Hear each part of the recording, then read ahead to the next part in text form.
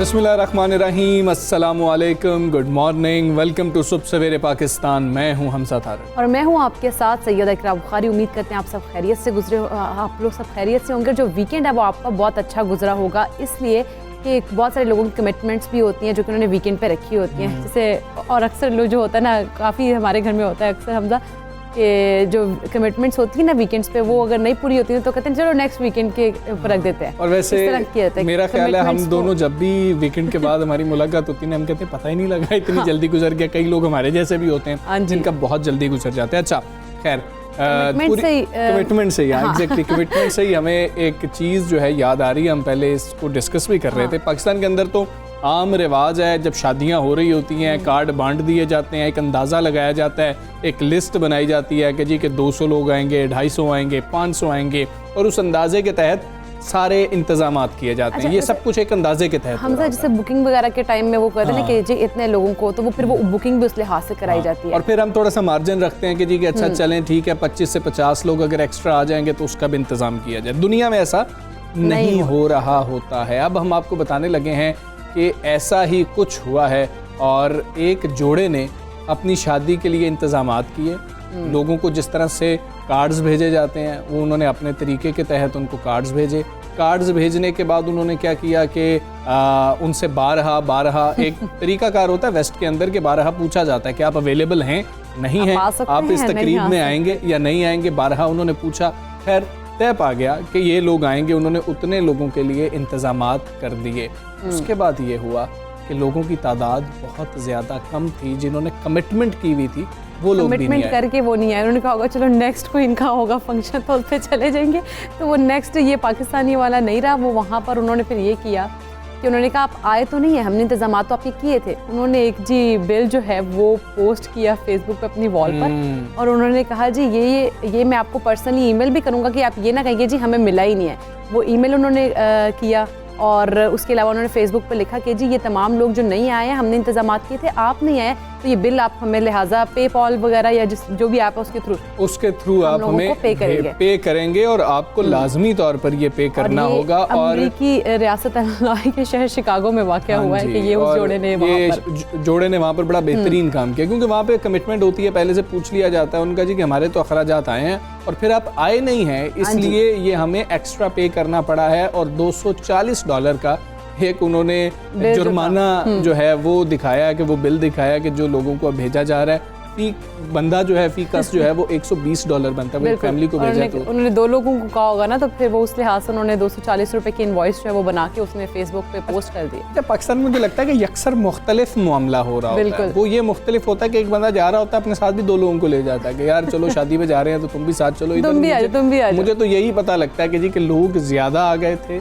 खाना कम पड़ गया थे। दोनों चीज़ें बहुत ज़्यादा गलत हैं। एक तो अगर आपने पक्की कमिटमेंट कर ली है तो आपको जाना चाहिए, और दूसरा अगर आपको कार्ड मिला है ना तो अपने साथ ये 2-3 दोस्तों को लेके या रिश्तेदारों को लेके, घर में कोई मेहमान आए हैं उनको भी लेके ना चले। घर में कोई मेहमान है उनसे कहते हैं कि जी शादी पे हम जा रहे हैं, चले हम जा रहे हैं आप भी आ जाए साथ ही, हम साथ ही चलते हैं। और बच्चों के बारे में तो सोचा ही नहीं जाता ना। तो एक शख्स का कार्ड आता है, बच्चा कितना को खा लेगा यार भाई, एक सीट उसने लेनी है। तो ये वो चीज़ें हैं जो वेस्ट में भी होती है, यहाँ पर जुर्माना कर दिया जाता है। यहाँ पर भी जुर्माना होना चाहिए, जो ज्यादा बंदे लेके आए उस पर भी जुर्माना होना चाहिए। जो नहीं आ रहे यार, यहाँ पर उस तरह से कमिटमेंट तो नहीं मांगी जा रही होती है, फिर भी जाना चाहिए अगर आपके किसी करीबी रिश्तेदार की इंतजामात किए होते हैं, पे किया होता है। तो फिर ये है कि काफ़ी ज़्यादा लोग जो है, कोई लोग रिश्तेदार पाकिस्तान में तो नाराज़गी की वजह जाते नहीं है ना, तो उन लोगों को भी मसाइल होते हैं। और नाराज भी 2 दिन पहले होते हैं। हाँ जी, मतलब कि बताते हैं कि हम नाराज हैं, उससे पहले बताते भी नहीं कि मनाने का कोई वक्त ही मिल जाए ना, तो वो नाराज भी उस वक्त होते हैं। नाराजगी के तहत वो जाते हैं, खुशी के मौके को खुशी का मौका रहने दीजिए। हम सबसे पहले बात करेंगे कोरोना वायरस के हवाले से, क्योंकि वैक्सीनेशन के साथ एहतियात ही एक ऐसी चीज़ है जिससे कोरोना को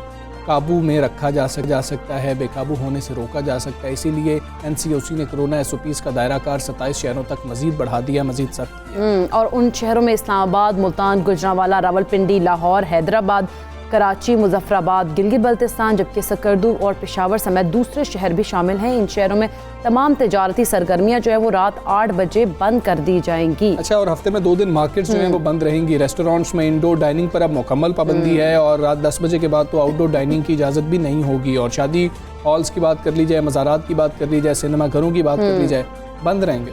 बिल्कुल, अब दोबारा से रिस्ट्रिक्शंस जो हैं वो लगा दी गई हैं। और उधर अगर महकमा दाखिला सिंध की बात करें तो उन्होंने कोरोना पाबंदियों से मुतालिक नोटिफिकेशन जारी किया है, जिसके मुताबिक कराची और हैदराबाद में बाजार जो है वो रात 8 बजे तक खुले रहेंगे और सुबह के बाकी शहरों में बाजार रात 10 बजे तक खोलने की इजाज़त भी होगी। अच्छा, महकमा ट्रांसपोर्ट सिंध के मुताबिक तालीमी इदारों से वाबस्ता जो ट्रांसपोर्ट में वैक्सीन ना कराने वालों पर सफ़र के लिए पाबंदी होगी। दूसरी जानिब बिला तहकीक बूस्टर शॉट्स की बात जब हो रही है तो इजाज़त देने पर माहिरीन सेहत ने तहफ़्फ़ुज़ात का इजहार किया। उन्होंने कहा है कि हमें पहले जल्द अज जल्द इज्तिमाई मुदाफ़ियत हासिल करने की कोशिश करनी चाहिए। बूस्टर डोज का तो जिक्र भी बाद में होना चाहिए। बिल्कुल, इस हवाले से हम बात भी कर लेंगे। पार्लिमानी सेक्रेटरी हेल्थ डॉक्टर हामिद साहब हमारे साथ मौजूद हैं। अस्सलाम वालेकुम डॉक्टर साहब, गुड मॉर्निंग। वबा की अगर बात करें तो मौजूदा सूरत हाल और तिब्बी सहूलियात पर बढ़ते हुए दबाव के पेश नज़र कोरोना SOPs के इतलाक़ का दायरा का 27 शहरों तक बढ़ा दिया गया है। कोरोना कंट्रोल ना होने की आप क्या समझती हैं, बड़ी वजह क्या है इस वक्त? जी देखें, इस वक्त बिल्कुल सिचुएशन जो है वो काफ़ी सीरियस है क्योंकि जुलाई 2020 के बाद आज वो नंबर हमारे पास है कि 93,000 से ज़्यादा जो हैं वो एक्टिव केसेस इस वक्त मुल्क में मौजूद हैं। ये तकरीबन जुलाई के बाद अब 1 साल के बाद ये इतना बड़ा नंबर जो है वो आया है। तो ज़ाहिर इसकी मैं समझती हूँ कि मेन वजह यही है कि मुसलसल पिछले दिनों जिस तरह हमने देखा है जब से ये 4th वेव स्टार्ट हुई है कि पहले बड़ी ईद थी, मवेशी मंडियां लगी, उसके बाद फिर ईद के इज्तिमात थे, उसके बाद फिर 14 अगस्त की भी हमने देखा कि लोगों ने बड़े पैमाने पे पब्लिक गैदरिंग्स और लोग जिस तरह से बाहर निकले। और इसके बाद अब मुहर्रम अल हराम का मुतबर्रिक महीना है तो ज़ाहिर इसके अंदर भी मजालिस और जुलूस वगैरह जो है उनका एक सिलसिला होता है। तो जब कभी भी पब्लिक गैदरिंग्स होंगी तो फिर ये वबा जो है ज़ाहिर है कि ये पब्लिक गैदरिंग्स के और जहाँ लोगों के इज्तिमात होंगे उसकी वजह से ये फैलती है।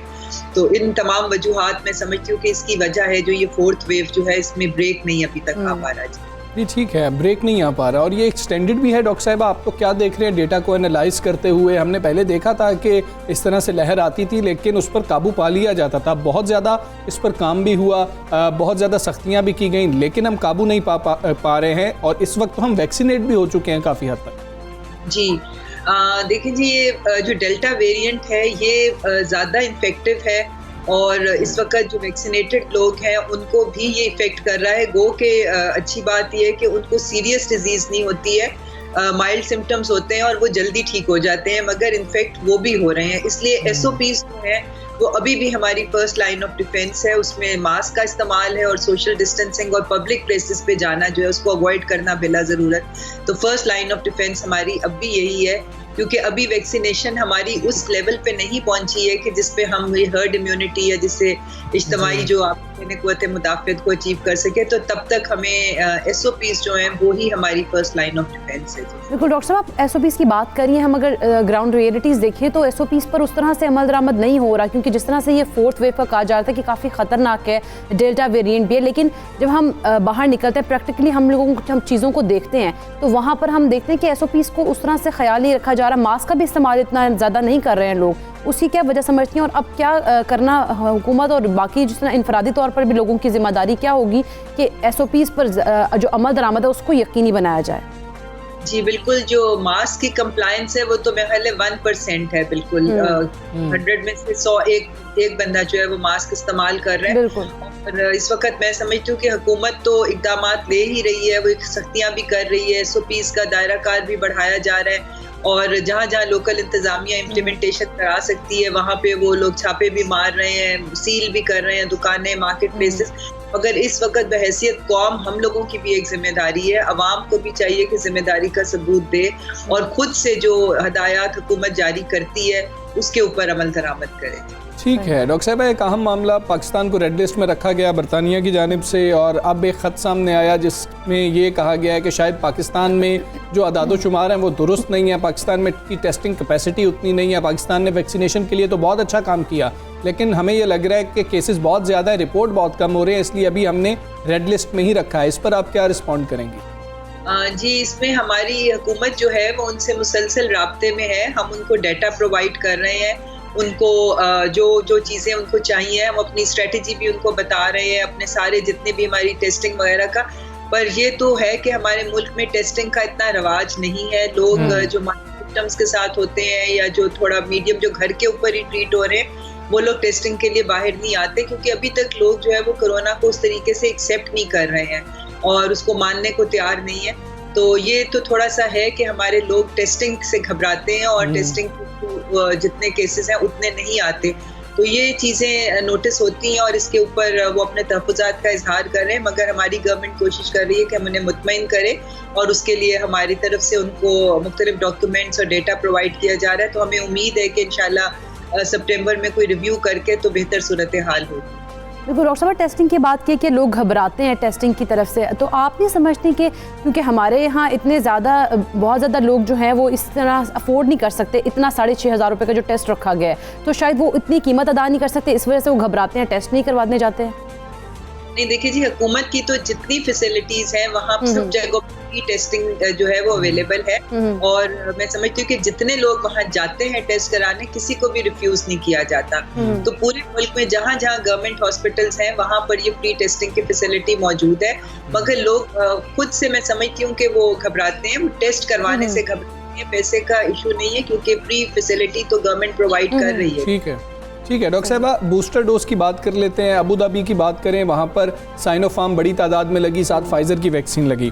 पाकिस्तान में भी साइनोफार्म बड़ी तादाद को लगाई गई है। अब उन्होंने ये कहा कि 6 माह पहले जिन्होंने साइनोफार्म वैक्सीन लगाई थी अब उनको लाजमी तौर पर बूस्टर डोज लगवानी है और आखिरी वार्निंग भी जारी कर दी गई है। दूसरा, उन्होंने ये भी रिकमेंड किया कि जिनको सेकेंड डोज 2 माह पहले लगी थी साइनोफार्म की, वो भी अब बूस्टर डोज लगवा सकते हैं। पाकिस्तान क्या कर रहा है इस हवाले से? फैसला मार्च में हमने शुरू किया था, साइनोफार्म लगनी शुरू हुई थी और वही हालात हैं यहाँ पर भी। 65 साल से 60 साल से ऊपर के लोग हैं। जी, देखिए, इस वक्त बूस्टर डोज जो है उसके बारे में NCOC ने डिसीजन दे दिया है। तो 1 सितंबर से इंशाल्लाह ताला पहले फेज में उन लोगों को फाइजर की बूस्टर डोज लगेगी कि जिन लोगों ने ट्रेवल करना है उन कंट्रीज में जहाँ पर उसके अलावा कोई और वैक्सीन अवेलेबल। उनको पे भी करना पड़ेगा कुछ? जी बिल्कुल, ये जो ट्रेवलर्स हैं उनको जो बूस्टर डोज लगेगी वो पेमेंट के ऊपर लगेगी। जिन्होंने अब्रॉड जाना है और जो सिर्फ वैक्सीन ना होने की वजह से यहाँ पर स्ट्रैंडेड है, उन लोगों के लिए बूस्टर डोज का बंदोबस्त किया गया, क्योंकि चाइनीज वैक्सीन जो है वो UK में और कुछ यूरोपियन कंट्रीज में एक्सेप्टेबल नहीं है। उसकी वजह से बहुत से लोग पाकिस्तान में फंसे हुए हैं, कनाडा भी ममालिक में शामिल है। तो वो लोग अपने वापस जाना चाह रहे हैं घरों को, तो उनके लिए हुकूमत ने ये फैसिलिटी की है फर्स्ट फेज में कि उनको ये बूस्टर डोज जो वैक्सीन ऑफ देयर चॉइस, जो जिस कंट्री में उन्होंने जाना है, जो वैक्सीन वहाँ एक्सेप्टेबल है, वो वैक्सीन उनको यहाँ पर लगाई जाएगी। पर ये ट्रैवलर्स के लिए ऑन पेमेंट होगी।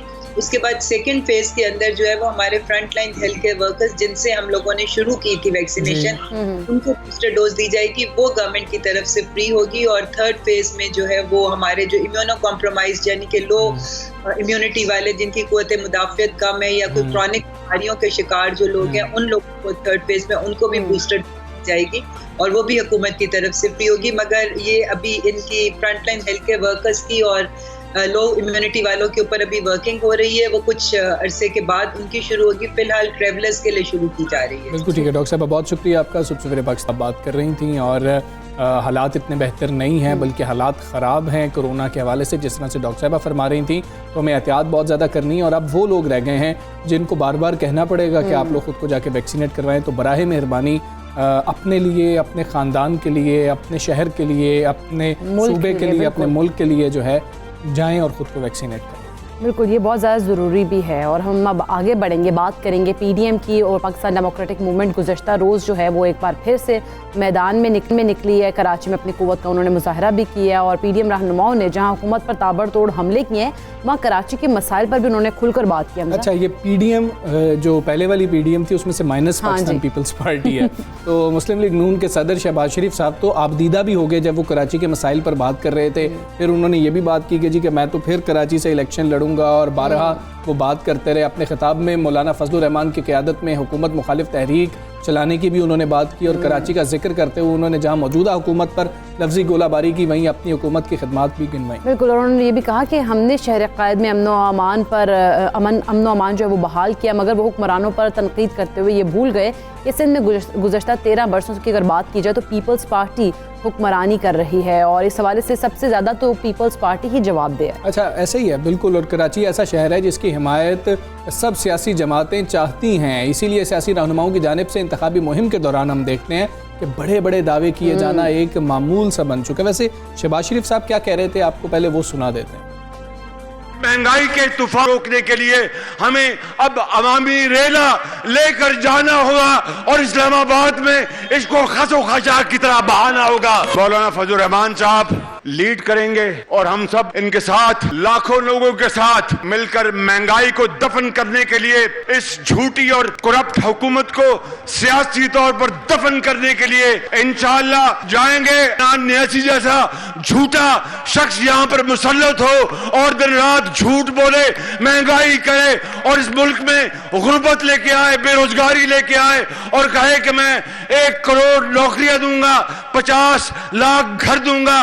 घर भी छीन रहा है, नौकरियां भी जा रही हैं। इस तरह नहीं होगा। अगर पीडीएम को अल्लाह ताला ने मौका दिया, हम मिलकर पाकिस्तान के अंदर एक वेलफेयर स्टेट बनाएंगे। गुफ्तगू आपने मुलाहिजा की, जो खिताब वो कर रहे थे जलसे से, और इसी पर हम बात करेंगे जो कल पीडीएम ने जलसा किया है रहनुमा पाकिस्तान तहरीक इंसाफ सिंध फिरदौस शमीम नकवी साहब हमारे साथ मौजूद है। फिरदौस शमीम नकवी साहब, अस्सलाम वालेकुम, गुड मॉर्निंग सर। सर, जलसा हुआ, पीपल्स पार्टी के बगैर ये जलसा था, कराची के मसाइल पर बात हो रही थी, शहबाज शरीफ साहब जब ख़ास तौर पर बात कर रहे थे, आपको क्या लग रहा था? ये आप लोगों के खिलाफ बात हो रही है, एमक्यूएम के खिलाफ बात हो रही है, पीपल्स पार्टी के खिलाफ बात हो रही है, किसके खिलाफ हो रही थी? उनके अपने खिलाफ हो रही थी।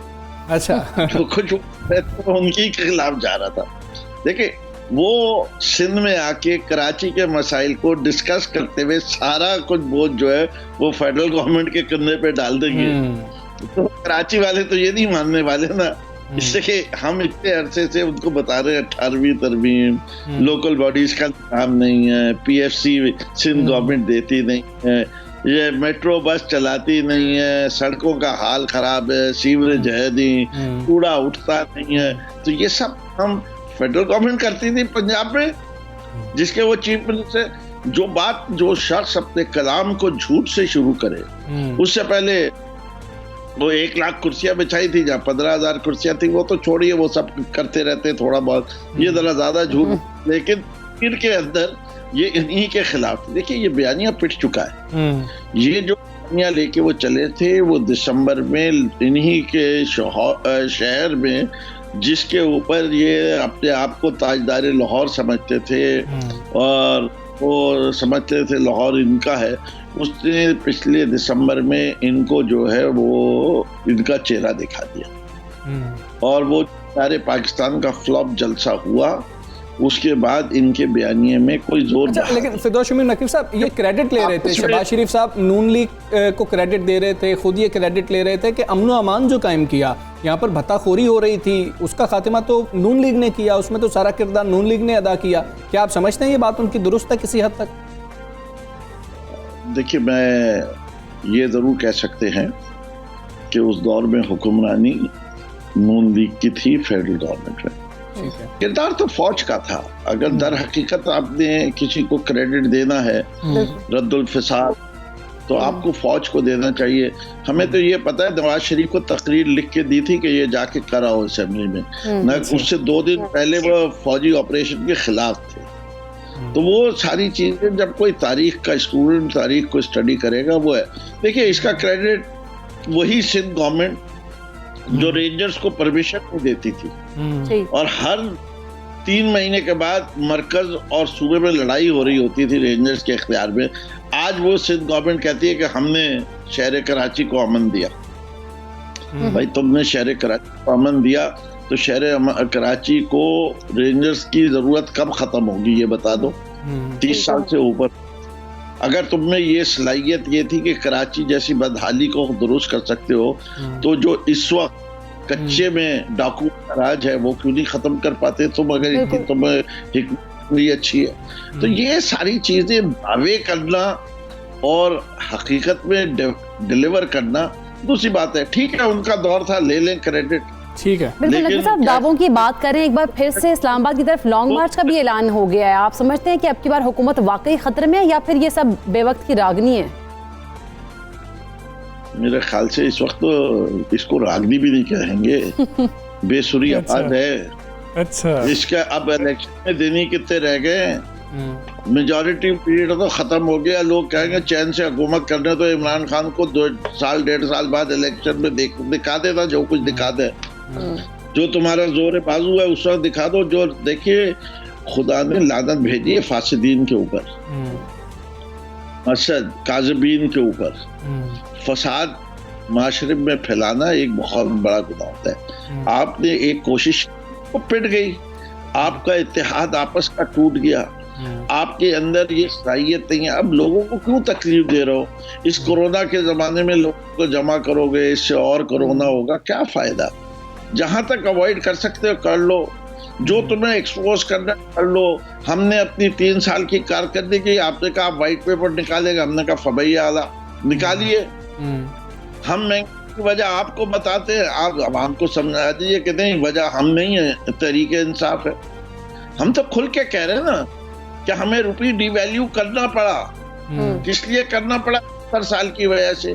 कभी हम पे तो हिसाब ये लगता है कि आप कब ये बात करना बंद करेंगे कि जो खराबियां हो रही हैं वो माजी के हुक्मरानों की वजह से हो रही है, अब तो आप जिम्मेदारी लें उसके। तो हम जिम्मेदारी ले रहे के बात की, लेकिन जो बुनियादी चीजें हमें करनी पड़ी मईशत को दुरुस्त करने की वजह से, जिसकी वजह से सबसे ज्यादा महंगाई जिस वजह से आई है वो डिवैल्यूएशन ऑफ रुपी से आई है। ये 104 रुपए का डॉलर जो रुपए का पैरिटी थी वो अब 165 पे। वो 1 लीटर पेट्रोल अगर 104 का आता था, अब वही 1 लीटर पेट्रोल जो है वो 165 का हो गया। तो ये डॉलर पैरिटी की वजह से महंगाई इंपोर्टेड चीजों पे बहुत आई है। इसका एहसास है, उसका जरिया जो है अपने 2 प्रॉन्ज स्ट्रैटेजी इख्तियार की हुई है महंगाई के लिए। लोगों की आमदनी बढ़ाई जाए और दूसरी चीज है महंगाई पे कंट्रोल किया जाए, इन्फ्लेशन पे।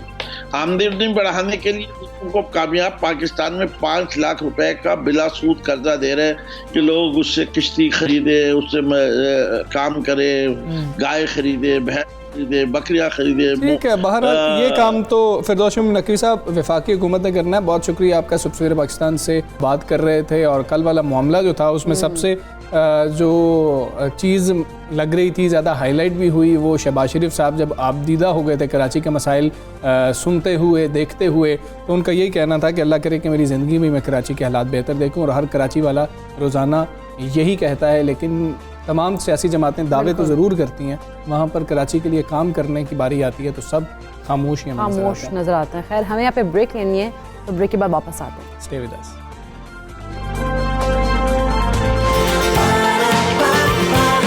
सुबह सवेरे पाकिस्तान, सुबह सवेरे पाकिस्तान।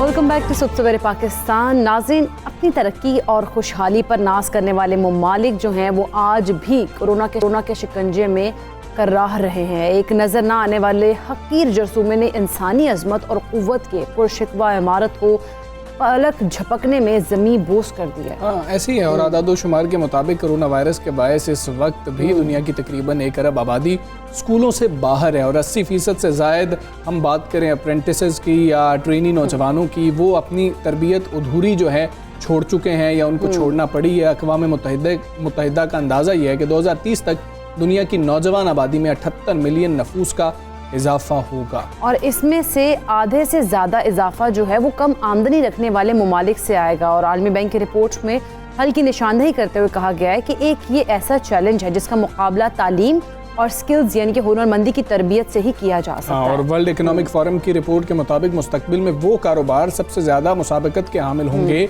जो अपनी अफरादी कुव्वत में सरमायाकारी करेंगे, उन्हें नई ज़रूरतों के मुताबिक हुनर सिखाए जाएंगे और तरबियती प्रोग्राम्स तक रसाई के इंतजाम किए जाएंगे। अच्छा, रिपोर्ट के मुताबिक मुस्तकबिल के किसी भी नए मुमकिन बहरान का मुकाबला करने के लिए अफरादी कुव्वत को मुस्तकबिल के हुनर की तरबियत फराहम करना इंतहाई अहमियत का हामिल है। और इसके अलावा अगर बात करें तालीमी इदारों की, तो इस तरह जो सहूलियात से आरास्ता किया जाएगा उनको कि वो तलबा को जो है वो रिमोट तालीम दे सकेंगे। हाँ जी, और हम जिस इंसानी अजमत और क़ुव्वत की पुरशिको इमारत की बात कर रहे थे, उसको किस तरीके से फिर से तामीर किया जा सकता है, इसी पर बात करेंगे। हमारे साथ सेक्रेटरी राय मंजूर नासिर साहब मौजूद हैं। राय साहब अस्सलाम वालेकुम, गुड मॉर्निंग। राय साहब, बात हो रही है स्किल्स की और पाकिस्तान के अंदर हम रुझान भी देख रहे हैं लोगों का कि स्किल्स की जानिब, ट्रेनिंग्स की जानिब बढ़ रहा है कि स्किल्स कुछ सीख लिया जाए ताकि ख़ुद भी कमा सकें और 2-3 लोगों के साथ अगर छोटे पैमाने पर बात की जाए तो उनके लिए भी रोज़गार के मौके फराहम किए जा सकें।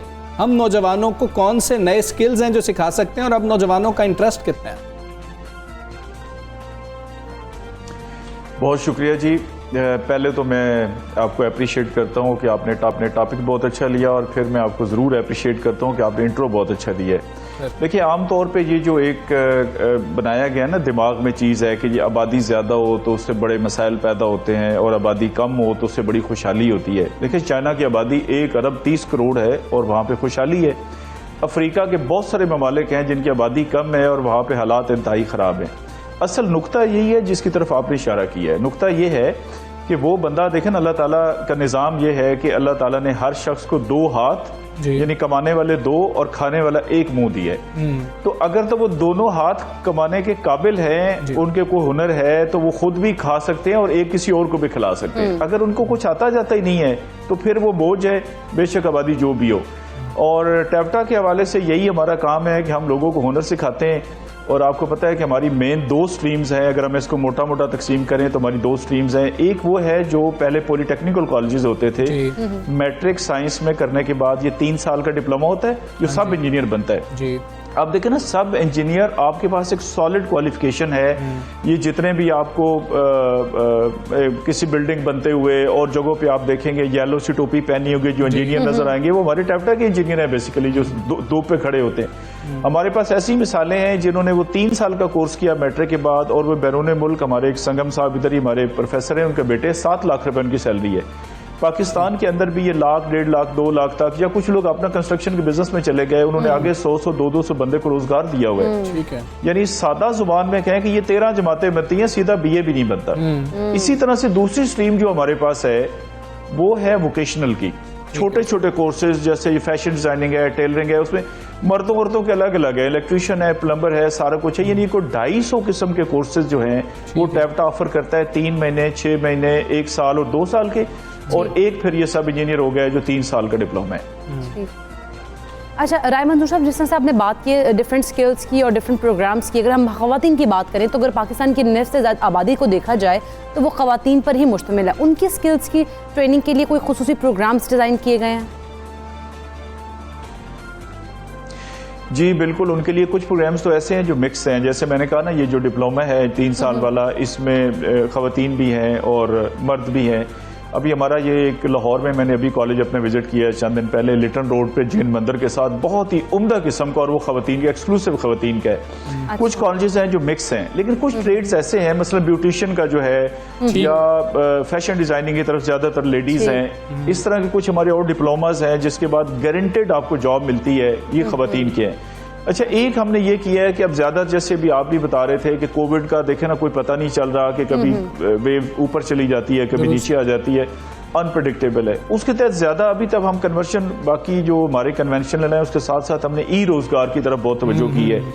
और ई-रोज़गार में मज़े की बात आप देखें कि पिछले साल टैप्टा ने फेसबुक के साथ एक प्रोग्राम स्टार्ट किया और उसमें ज़ाहिर लड़के लड़की दोनों कर सकते हैं, लेकिन जैसे कि बोर्ड्स और यूनिवर्सिटी में पोजीशन ज्यादातर लड़कियों की आ रही है, इसी तरह वहां भी हमारी जिस बच्ची ने टॉप किया, जिसने टॉप किया वो हमारी बच्ची है रहीम यार खान की।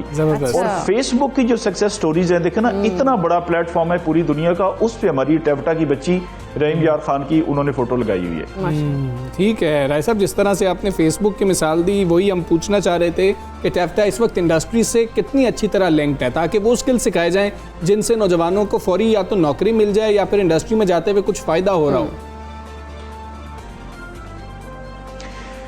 देखिए, ये क्लेम तो शुरू से किया जाता रहा है कि जी हमारा इंडस्ट्रीज के साथ बहुत है, लेकिन जब भी अब कुछ हमने चीज़ें देखी हैं अंदर जाके तो ऑन ग्राउंड सिचुएशन इतनी को अच्छी नहीं थी। मसला हमारे डिस्ट्रिक्ट लेवल पे बोर्ड्स होते हैं। अब वो बोर्ड बनाने का मकसद ही ये है कि इंडस्ट्रीज, वहाँ की इंडस्ट्री, अब देखिए फैसलाबाद की रिक्वायरमेंट और है तो उनको टेक्सटाइल रिलेटेड बंदे चाहिए ज़्यादातर। अच्छा, अगर आप सियालकोट जाते हैं तो वहाँ सर्जिकल, फुटबॉल, इस तरह की चीज़ें हैं। गुजरांवाला में और है, लिया बखर की और होगी, तो वो उसमें कोई दुनिया जहान के बंदे डाले हुए थे। अभी हमने उस सारे को ख़त्म करके जो है ना नए बोर्ड्स बनाए हैं। चैम्बर के साथ हम कोशिश कर रहे हैं। अभी पिछले दिनों मैं और मिनिस्टर साहब गए थे सियालकोट, चैम्बर ऑफ कॉमर्स का हमने किया है, चेयरमैन साहब जाते हैं मुख्तलिफ जगहों पे। अच्छा, उनके साथ हम काफ़ी क्लोज करते हैं उस, और एक हमने प्लेसमेंट सेल बनाया है। प्लेसमेंट सेल हमें ये बताता है कि हमारे जो लोग हमसे पढ़ के जा रहे हैं वो आगे लगते कहाँ पे, उनके कितने रोजगार कमा सकते हैं। तो ये ई रोजगार का आपको बड़ी खुशी होगी सुन के कि हमारे लोग जिन्होंने 2 साल का डिप्लोमा किया और 3 साल का डिप्लोमा किया, उनके जब एवरेज हम निकालते थे तो वो आती थी 25,000 पर मंथ। मतलब किसी के ज्यादा कम मिला के 25,000। ये जिन लोगों ने ई रोजगार का किया ना, कंप्यूटर वाला भी जो ये जो है अमेजन के साथ या बाकी जो भी है, उनकी 3 महीने के बाद निकली 36,000। इतना ज्यादा फर्क है कि वो डॉलरों में कमा रहे हैं। देखिए ना, ज़र मुबादला आ रहा है, और ये जो डॉलर पाकिस्तान को ढेर सारे आ रहे हैं उसमें काफी सारा हिस्सा टैप्टा का भी है। ठीक है राय साहब, एक और मामला, आप अब ई रोजगार की बात कर रहे हैं, साथ आपने अमेजोन का भी जिक्र किया, फ्रीलांसिंग भी इससे जुड़ी हुई है, फिर डॉलर्स में कमाई आ रही होती है। पाकिस्तान में पेपाल नहीं है। इस तरह के मसाइल का सामना भी करना पड़ता होगा जो नौजवान यहाँ से फारिगुल तहसील होते हैं, उनके लिए क्या किया जा रहा है? और गवर्नमेंट को भी कुछ ऐसी तजावीज़ दी गई हैं कि उनके लिए कुछ आसानियाँ की जाएँ? बैंक्स की तरफ से कुछ प्रॉब्लम्स उनको आ रहे होते हैं, वो कमाई तो कर रहे होते हैं लेकिन वो कहीं पर शायद शो करने में भी प्रॉब्लम आ रही होती है। इस तरह के भी कुछ मसाइल हैं फ्रीलांसर्स के? बिल्कुल, आपने सही निशानदेही की है। हमारा क्योंकि अब अलुमनाई के साथ भी ज़्यादा वास्ता रब्ता है, जो लोग बैरून मुल्क हैं उनके साथ भी, पाकिस्तान के अंदर भी, और जो मसाइल इसके अलावा भी काफ़ी आते हैं जी। वो प्लेसमेंट सेल जो है ना हमारा, that is headed by a director general, senior अफसर हैं और काफ़ी तजुर्बाकार हैं। उनकी निगरानी में यही हम करते हैं। अभी मैं बताता हूँ कि एक साहब सऊदी अरब में थे हमारे, ठीक है, हमारे टैप्टा से पढ़ के गए, वहाँ पे बड़ी अच्छी सैलरी थी, वापस आ गए। उन्होंने हमें ऐसे, जैसे होता है ना कि अब ये किसी न किस तरह से कंप्लेंट उनकी हमारे पास पहुंच गई पोर्टल के जरिए। अच्छा, वो उनका ये था कि उनको सनद जो जारी हुई चंद साल पहले, वो इतनी बुरी लिखी हुई थी पुराने टाइपराइटर से, और हाथ से डुप्लीकेट एक लिखा हुआ था कि सऊदीया वालों ने कहा, जो कंपनी थी उन्होंने कहा जी ये तो सनद ही कोई जाली है। अच्छा, उनको भी हमने टेकअप किया, IBCC के साथ हमने उसको किया, ताकि वो जो मसला हमारे इस तरह का हमें आता है, क्योंकि देखिए उसमें टैप्टा का भी फायदा है और गवर्नमेंट का भी फायदा है और हमारे अपने ही स्टूडेंट्स हैं जिनका फायदा है। तो ये बहुत अहम सवाल आपने किया, बिल्कुल उनको हम हल कर रहे हैं। ठीक है राय साहब, एक और अहम चीज़ जो मैं जब इन चीज़ों को देख रहा होता हूँ या हम आपस में डिस्कशन कर रहे होते हैं, हम ये देख रहे हैं कि जब स्किल्स की बात आ रही है तो जो स्किल डेवलपमेंट के इदारे हैं या फिर चंद लोग हैं कि जो सामने आए हैं, वो बिल्कुल तालीम के हवाले से कहते हैं कि आपको 4 साल 6 साल डिग्री का कोई फ़ायदा नहीं, इतने पैसे आप यूनिवर्सिटीज़ को देते रहते हैं, इतनी देर पढ़ते रहते हैं, चंद एक स्किल सीखें, 2 महीने का 3 महीने का कोर्स है। तो इस तरह नौजवान हम जो ख़ास तौर पे फ्रीलांसिंग वाले हैं उनको तालीम से दूर होता भी देख रहे हैं, उनके पास डिग्रीज नहीं है, बहरहाल डिग्री की ज़रूरत पड़ती है। आप इन दोनों का इम्तिजाज कितना ज़रूरी समझते हैं?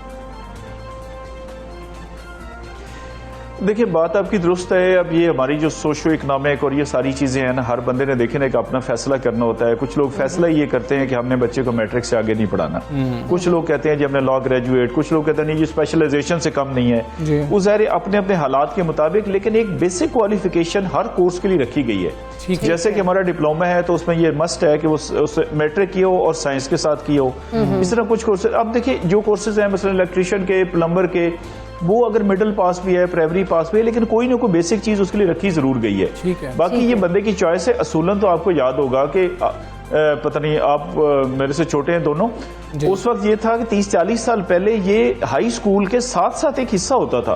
एग्रीकल्चर इलाकों में एग्रीकल्चर, कहीं पे कारपेंटर का काम, कहीं पे कुछ काम, यानी तालीम के साथ 1 या 2 हुनर बच्ची को लाजमी सिखाए जाते थे। फिर पता नहीं किस अक्लमंद ने सेग्रीगेशन की, बिल्कुल अलग अलग कर दिया।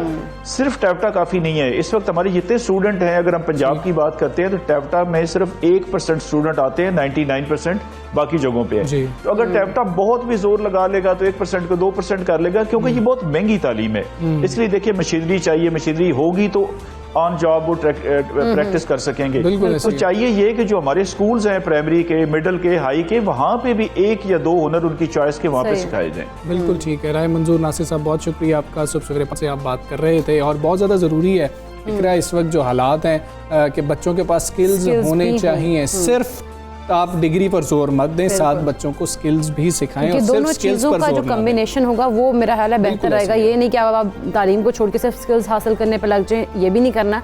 दोनों चीज़ों को एक साथ लेके चलेंगे तो ही मुश्किलात होती हैं। जिस तरह से राय साहब कह रहे थे कि कुछ फैमिलीज खुद से ये ऑप्ट कर लेती हैं कि भाई इससे आगे तो हमने बच्चे को पढ़ाना नहीं है, तो बेहतर है कि कोई छोटा कोर्स कर लिया जाए ताकि बच्चे कुछ आगे कमा भी सकें। तो हम बात कर रहे हैं मेहनत की अजमत की, तो ज़िला खैबर के इलाके के एक नौजवान का जिक्र कर लेते हैं जो हमें वाकई इसका इंतजाज नज़र आ रहा है। बड़ा से ताल्लुक़ रखने वाला नौजवान है सबील अफरीदी, जो मेहनत में अजमत की मिसाल बन के सामने आया। बिल्कुल, सबील अफरीदी जो हैं वो पिछले 7 साल से रिक्शा चलाकर ना सिर्फ एक बड़े कुंबे की कफालत करें बल्कि उन्होंने तालीम भी जारी रखी हुई है और उन्होंने जो है सहाफ़त उसमें MA भी कर लिया है। एक खुसूसी रिपोर्ट तैयार की गई पेशावर से, ज़ीशान काका खेल के आपको दिखाते हैं। कबायली अज़ला में कई तालीम हासिल करने के मौके महदूद थे तो कई गुर्बत आड़े आई, इसलिए हालात ने FAC के बाद सबील अफरीदी को रिक्शा ड्राइवर बना दिया। रिक्शा चला कर ये बाहिम्मत नौजवान यूनिवर्सिटी तक पहुँच गया और जर्नलिज्म में मास्टर्स की डिग्री भी हासिल कर ली।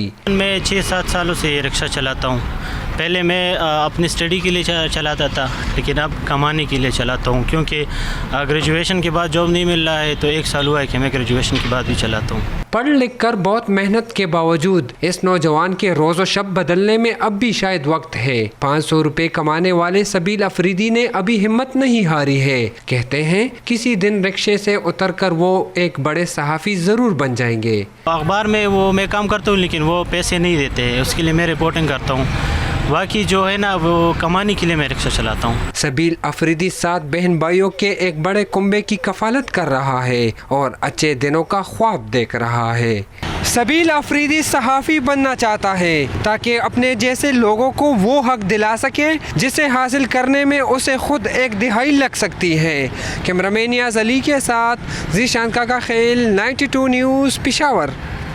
ये ज़ीशान काका खेल की आपने खुसूसी रिपोर्ट देखी है और हिम्मत कभी नहीं हारनी चाहिए और आप मेहनत करते चले जाएं और साथ आपका फोकस जो है वो कभी भी दूसरी तरफ नहीं जाना चाहिए। उनको पता है कि चलो ये मुझे वक्ती ज़रूरत है, सबील को पता है कि मैंने ये करना है, लेकिन मुझे घर वालों की कफालत जो करनी है, पर मुझे तालीम भी हासिल करनी है। क्या बात है, ये कोई मतलब जो हम आज़ादी से पेरेंट्स के पैसों के ऊपर जाके तालीम हासिल करते हैं, शायद हम इस बात का अंदाज़ा भी नहीं लगा सकते कि तालीम की अहमियत उन लोगों के लिए बिल्कुल उसके लिए कितनी ज़्यादा है। और वो ये कि इतनी मेहनत कर रहा है, उसके साथ साथ वो मतलब अपनी तालीम को भी जारी रखे हुए है। यकीनन जो है ये बहुत ज़बरदस्त और अप्रिशिएट करने की इसको ज़रूरत है कि ऐसे ही नौजवानों को आगे आना चाहिए कि अगर नहीं भी उसके पास इतने हैं चीज़ें, इतने वसाइल नहीं, फिर भी वो दुनिया आप पैदा कर अगर जिंदों में है, ये वाला मामला है। हम आगे चलते हैं, पाकिस्तान तहरीक इंसाफ हुकूमत की बात करेंगे जहाँ एक जानिब 3 साल मुकम्मल होने का जश्न मनाया जा रहा है तो दूसरी जानिब महंगाई से निढाल अवाम दुहाइयाँ दे रहे हैं, मगर वजारत ख़जाना के पास अवाम के लिए कोई अच्छी खबर फ़िलहाल नज़र महंगाई के हवाले से नहीं आ रही। बिल्कुल, बल्कि महंगाई के नए मुमकिन तूफ़ान से उन्हें पेशगी डराया जा रहा है। वजारत ख़जाना के इक़्तिसादी मुशीरों के विंग ने अगस्त के लिए अपने माहाना आउटलुक में कहा है कि आलमी मार्केट में खाने पीने की जो अशियाँ हैं वो महंगी हो गई हैं, लिहाजा आप भी तैयार हो जाए। ये जवाज़ है ना, महंगाई और अदायगियों का अदम तवाज़ुन पाकिस्तानी मईशत के लिए ख़तरा है और रिपोर्ट में मुल्की मईशत के लिए मुमकिन ख़तरात से खबरदार करते हुए कहा गया है कि बैनुल-अक़वामी अशिया की कीमतों में इजाफा किसी मुल्क की घरेलू अफरात-ए-ज़र और अदायगियों के तवाज़ुन पर दबाव डाल सकता है। अब ये सारी सिचुएशन है, हम बात कर रहे हैं महंगाई की और हर पाकिस्तानी का मसला महंगाई है। जब 3 साल कारकर्दगी की बात हुई तब भी लोगों ने महंगाई की बात। बिल्कुल, अब हम इसी सारी सूरत हाल में बात करेंगे कि मुल्की मौशी मामलात जो हैं वो किस तरफ जा रहे हैं, इनके लिए जानने बहुत ज़रूरी है। मारूफ माहिर मौशियात डॉक्टर आबिद सुलहरी साहब हमारे साथ मौजूद हैं। अस्सलाम वालेकुम, गुड मॉर्निंग। आबिद साहब, अगर हम देखा इक़्तिसादी जायज़ा रिपोर्ट को देखें तो उसके मुताबिक महंगाई की शरह जो है वो 9% तक है, तिजारती खसारा भी $3 अरब तक हो सकता है। आप क्या समझते हैं, ऐसे में मुस्तहकम मईशत का जो दावा किया जा रहा है वो किन बुनियादों पर किया जा रहा है? देखिए, अगर आप इस वक्त महंगाई की शरह को पिछले साल की महंगाई की शरह से कंपेयर करें तो महंगाई की शरह अभी भी पिछले साल से कम है। इसके अलावा महंगाई के कुछ फैक्टर्स ऐसे हैं जो कि इंटरनेशनल मार्केट से मुंसलिक हैं, स्पेशली पेट्रोलियम प्राइसेस की जब हम बात करते हैं या एडिबल ऑयल की प्राइसेस की बात करते हैं तो वो फैक्टर अपनी जगह, लेकिन इकॉनमी जो है वो चूँकि इस वक्त इकनॉमिक एक्टिविटीज़ चल रही हैं और यही वजह है कि आपकी इंपोर्ट्स बढ़ रही हैं, एक्सपोर्ट्स भी आपकी चल रही हैं। अगर हम इसको लार्ज स्केल मैन्युफैक्चरिंग को देखें, वो रिकॉर्ड लेवल पे इस वक्त मैन्युफैक्चरिंग हो रही है। अगर आप प्राइवेट सेक्टर को जो बोरिंग की दी जा रही है वो देखें तो प्राइवेट सेक्टर इस वक्त बोरो कर रहा है। तो इक्तिसादी सरगर्मी अपनी जगह पे चल रही है, महंगाई जो है वो मौजूद है, लेकिन महंगाई का होने का मतलब कतई तौर पे यह नहीं कहा जा सकता कि पाकिस्तान में मईशत जो है या मुआशी सरगर्मियाँ जो हैं वो रुक गई हैं, बल्कि ये भी कहा जा सकता है कि मुआशी सरगर्मियाँ होने की वजह से डिमांड बढ़ रही है, जिसकी वजह से तजारती खसारा जो है वो बढ़ता हुआ नज़र आ रहा है। अच्छा ठीक है, ये जो बात हो रही है ज़र मुबादला के वाफिर ज़खायर मौजूद हैं लेकिन डॉलर का रेट अभी कंट्रोल से बाहर है, पाकिस्तानी करेंसी पर अचानक इतना दबाव आने की आप क्या वजह समझते हैं? इसके 2-3 वजूहात हैं। पहली वजह तो ये है कि जब आपकी इंपोर्ट्स जो हैं वो बढ़ेंगी, जैसा कि आपने पहले सवाल में पूछा तजारती खसारा, तो तजारती खसारे का मतलब ये होता है कि एक्सपोर्ट्स कम हैं, इंपोर्ट ज़्यादा हैं। जब इंपोर्ट ज़्यादा होती हैं, एक्सपोर्ट्स आपकी कम होती हैं, तो इंपोर्ट्स का बिल पे करने के लिए डॉलर मार्केट से ख़रीदे जाते हैं, और जब मार्केट में डॉलर ख़रीदने की जितनी ज़्यादा डिमांड आएगी उतना ज़्यादा उस पर रुपये पे प्रेशर आता जाएगा। उसका जो दूसरा फैक्टर है जो कि इस वक्त खासा हिट कर रहा है, स्पेशली 15 अगस्त के बाद से, वो अफ़गानिस्तान की सूरत हाल है। अफ़गानिस्तान की वोलेटाइल सूरत हाल के बाद बहुत से ऐसे अफ़गान कंपनीज़, अफ़गान अफराद, बहुत से ऐसे अफ़गान इन्वेस्टर और अफ़गान बिजनेस मैन जिनके पाकिस्तान में लिंक्स थे, इस वक्त पाकिस्तान में जो डॉलर की ख़रीदारी हो रही है उसमें बहुत से डॉलर्स जो हैं वो इस वक्त शुबा ज़ाहिर किया जा रहा है कि जो अफ़गान बिज़नेस कम्युनिटी है वो भी ख़रीद रही है, और वो ख़रीद के यहाँ पे पाकिस्तान में उसको स्टैक कर रही है अपने पास आने वाली पेमेंट्स देने के लिए, या अगर वो पाकिस्तान में सेटल होने आते हैं, या अगर वो अफ़गानिस्तान से बाहर कहीं जाते हैं। तो अफ़गानिस्तान में तो इस वक्त डॉलर मिल ही रहा है, तो अफ़गानिस्तान की सिचुएशन की वजह से भी पाकिस्तान के रुपये पे प्रेशर आया है, और जो डॉलराइजेशन है वो हो रही है। पाकिस्तानी इन्वेस्टर भी इस वक्त जो है वो डॉलर ख़रीद रहा है, और जो अफ़गानी इन्वेस्टर है वो भी डॉलर ख़रीद रहा है। और तीसरी जो रियल इस्टेट की एमनेस्टी जो है, जो कि अब तकरीबन ख़त्म होने के करीब है, तो उसके बाद से देखा गया कि कुछ इन्वेस्टमेंट जो कि पहले रियल इस्टेट पे जा रही थी, अब लोगों ने उसके डॉलर बाय करना शुरू कर दिए। तो ये कुछ प्रेशर है इस वक्त डॉलर पे, जो डिमांड जो है वो बढ़ी हुई है, जिसकी वजह से पाकिस्तानी रुपया जो है वो कदर दबाव का शिकार है। थिंक टेक प्राइम ग्रिड की रिपोर्ट की अगर बात की जाए तो उसके मुताबिक पाकिस्तान का जो प्रॉस्पेरिटी इंडेक्स है इस वक्त तारीखी सतह यानी 135.9 पर मौजूद है। ये बज़ाहिर तो ज़मीनी हक़ाइक़ के उल्ट लगता है, आपके एनालिसिस क्या कहते हैं? नहीं, उलट इससे नहीं लगता कि अगर आप इसकी कंपोजिशन को देखें तो इसमें 2-3 चीज़ें होती हैं। इसमें ट्रेड वॉल्यूम होता है, यानी इंपोर्ट एक्सपोर्ट कितनी हुई, इसमें प्राइवेट सेक्टर को जो क्रेडिट दिया जा रहा है बैंक्स की जानिब से वो शामिल है, इसमें लार्ज स्केल मैन्युफैक्चरिंग जो है वो शामिल है, और इसमें इन्फ्लेशन शामिल है। तो इन्फ्लेशन को भी अगर आप पिछले साल की निस्बत देखें, जैसा कि मैंने कहा कि पिछले साल से इस वक्त 1% inflation year on year basis पे कम है। प्राइवेट सेक्टर को क्रेडिट भी दिया जा रहा है, स्पेशली जो लार्ज इंडस्ट्रीज़ हैं उनको टर्फ जो फैसिलिटी है स्टेट बैंक की टेम्प्रेरी इकोनॉमिक रिलीफ फैसिलिटी, उसके तहत क्रेडिट दिया जा रहा है, रिकॉर्ड क्रेडिट दिया जा रहा है। लार्ज स्केल मैन्युफैक्चरिंग में भी इजाफा हुआ है, और तजारत गो कि उसमें तजारती खसारा है लेकिन तजारत में इजाफा हुआ है। तो जब ये सारी चीज़ें होंगी तो जिस इंडेक्स की वो बात करता है वो रिपोर्ट, उसको वो ये चारों फैक्टर उसमें पॉजिटिव है, और यही वजह है कि आपको वो पॉजिटिव नज़र आता है। अच्छा सुलैरी साहब, ये दुरुस्त बात है कि पाकिस्तान एक और IMF प्रोग्राम का हिस्सा बनने को अब तैयार है, और इसके साथ साथ इक्तिसादी तरक्की के लिए 14 अहम शोबों के लिए प्रोग्राम भी मुरतब किया जा रहा है। क्या ये मनसूबा पाकिस्तानी मईशत को कर्ज़ों की दलदल से निकाल सकेगा? देखिए, इस वक्त IMF में रहना पाकिस्तान की मजबूरी है। अगर हम IMF में ना होते तो जिस तरीके से कोविड का अटैक आया और जब IMF से जो फौरी तौर पर रिलीफ मिल गया था, वो अगर ना होता तो शायद मुश्किल हो जाता पाकिस्तान के लिए सर्वाइव करना। अभी भी IMF ने अपना जो कोटा एलोकेट किया है उसमें तकरीबन $3.25 अरब जो है पाकिस्तान को जो कोटा है वो एलोकेट हुआ है। उसके ज़र मुबादला के ज़खायर में 3.25 अरब का डॉलर का इजाफा हुआ है। तो IMF में तो रहना है, और ये वज़ीर ख़जाना भी ये बात दोहरा चुके हैं। अब देखना ये है कि IMF में रहने के लिए क्या उस प्रोग्राम को रीनिगोशिएट करना है या नया प्रोग्राम लेके आना है, या पाकिस्तान जो चाह रहा है, और पाकिस्तानी वज़ीर ख़जाना इस पर बार बार इस बात का अयादा कर चुके हैं कि IMF की शराइत को वो अपनी जो है पाकिस्तान की ग्राउंड रियलिटीज़ के मुताबिक मॉडिफाई करना चाह रहे हैं, स्पेशली बिजली के बिलों में इजाफा और बाकी चीज़ें। तो ये जो रीनिगोशिएशन होगी पाकिस्तान की इकनॉमिक ग्रोथ की बेस पे, जिसमें कि सारे इंडिकेटर अब चेंज हो चुके हैं, 3.9% की GDP ग्रोथ के बाद। बहुत शुक्रिया, मेंबर इकोनॉमिक एडवाइजरी काउंसिल हैं आप उनकी गुफ्तगू आपने मुलाहिजा किया। हमें यहाँ पर एक ब्रेक लेनी है, ब्रेक के बाद वापस आते हैं। Stay with us.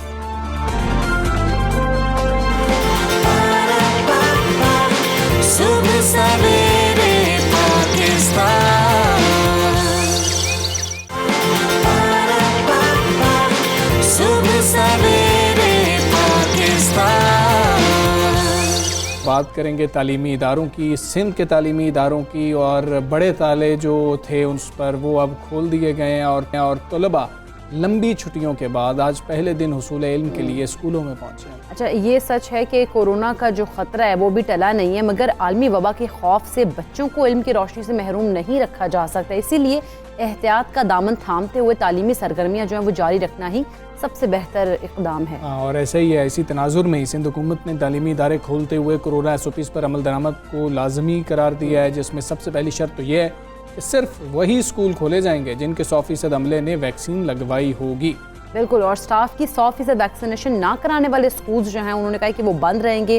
तमाम स्कूल्स उन्होंने कहा कि हफ्ते के 6 दिन खुले होंगे, 3 दिन में 50%, जबकि बाकी जो 50% हैं वो दूसरे 3 दिन जो हैं उनमें उन बच्चों की क्लासेस होंगी। अच्छा, सबसे अहम बात यह है इकरा के जिन बच्चों के वालिदैन कोरोना वैक्सीनेशन के सर्टिफिकेट्स स्कूलों में जमा करवाएंगे, सिर्फ उन बच्चों को स्कूल आने की इजाज़त होगी। इस पर पहले बात हुई थी, फिर बात ये आई कि अच्छा इस पर थोड़ा सा जो है आपस में दोनों पार्टीज़ मान गई हैं कुछ, और उन्होंने कहा कि हम ये किसी हद तक कह सकते हैं, ये हम इंश्योर नहीं कर सकते, और मज़ीद थोड़ा सा टाइम पेरेंट्स को दिया जाएगा। तालीमी इदारों से कहा गया है कि तमाम तालीमी इदारे कोविड-19 के SOPs पर अमल दरामद को यकीनी बनाए, और महकमा तालीम किसी भी वक्त कहीं भी अचानक PCR टेस्ट करेगा।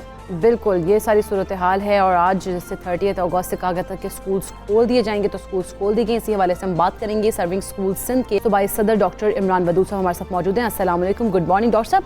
सिंध में 100% वैक्सीनेशन कराने वाले अमले के स्कूल्स खोलने का फैसला आप समझते हैं कि दुरुस्त है? SOPs के साथ खोल देने चाहिए थे, बच्चों का काफ़ी हर्ज हो चुका था, अब तालीमी जो सिलसिला है उसकी कंटिन्यूटी बरकरार रखनी होगी।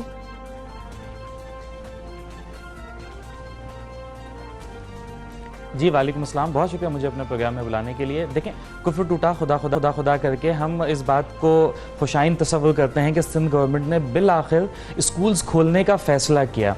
अच्छा, जहाँ तक SOPs की बात है, जहाँ तक असातिज़ा की वैक्सीनेशन की बात है, ये तमाम चीज़ें तो हर एक इदारे में लाजिम होना है, चूँकि कोविड एक वबा की सूरत में हमारे पूरे मुल्क में फैला हुआ। अब हमें नहीं पता कि इसकी कितनी लहरें आने बाकी हैं, ये कब तक ख़त्म होगा, कब तक हम पूरे मुल्क में वैक्सीनेशन को अटेन कर पाएंगे।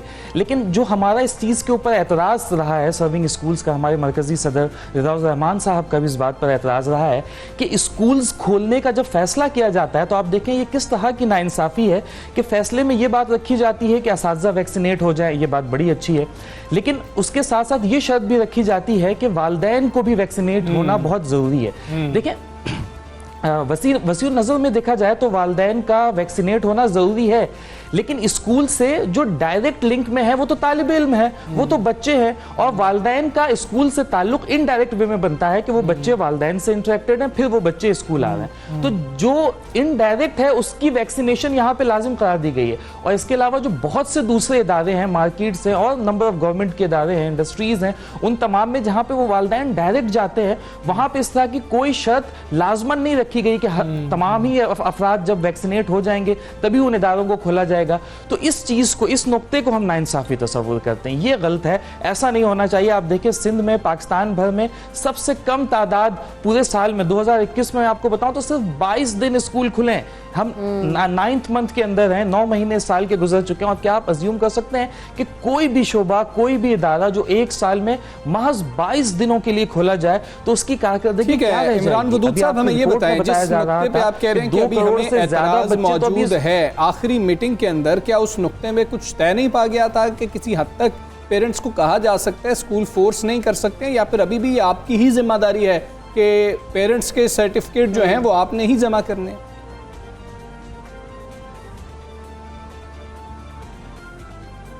यही तो सितम ज़रीफ़ी है जनाब। लास्ट मीटिंग जो सरदार अली शाह साहब से हमारी एसोसिएशन की हुई थी उसमें ये बात तय पाई थी कि स्कूल्स खोले जाएंगे, हम वालिदैन को कन्विंस करने की कोशिश करेंगे कि वो वैक्सीनेट करा लें। देखिए ये तो हमारा काम ही है ना, इल्म बांटना, लोगों को शऊर देना, ये हमारा काम ही है। इस काम को तो हम वैसे भी करते रहेंगे, लेकिन स्कूल वालों की जिम्मेदारी लगा देना कि वो वालिदैन को लाजमन वैक्सीनेट कराए, ये तो सरकार का काम है। अगर सरकार इस काम को करने में नाकाम हो रही है तो हम बहैसियत स्कूल मालिकान, बहैसियत स्कूल एडमिनिस्ट्रेटर, हम ये काम कैसे कर सकते हैं? ये यकीनी तौर पे सरकार का काम है, उसमें उसकी लॉ इन्फोर्समेंट एजेंसीज हैं या और दूसरे जराए हैं, मीडिया के थ्रू अवाम उन्नास को इस बात पर कायल किया जाए कि कोविड से निकलने का वैक्सीनेशन के अलावा दूसरा कोई रास्ता नहीं है। जब तक हम हर्ड इम्यूनिटी को अटेन नहीं कर लेते, जब तक हमारी 60-70% पॉपुलेशन वैक्सीनेट नहीं हो जाती, तब तक हम इस वबा से निकल नहीं सकते। डॉक्टर इमरान साहब, जिस तरह से आज 30 अगस्त से फैसला किया गया था कि जो 100% वैक्सीनेटेड स्टाफ है और जो स्कूल है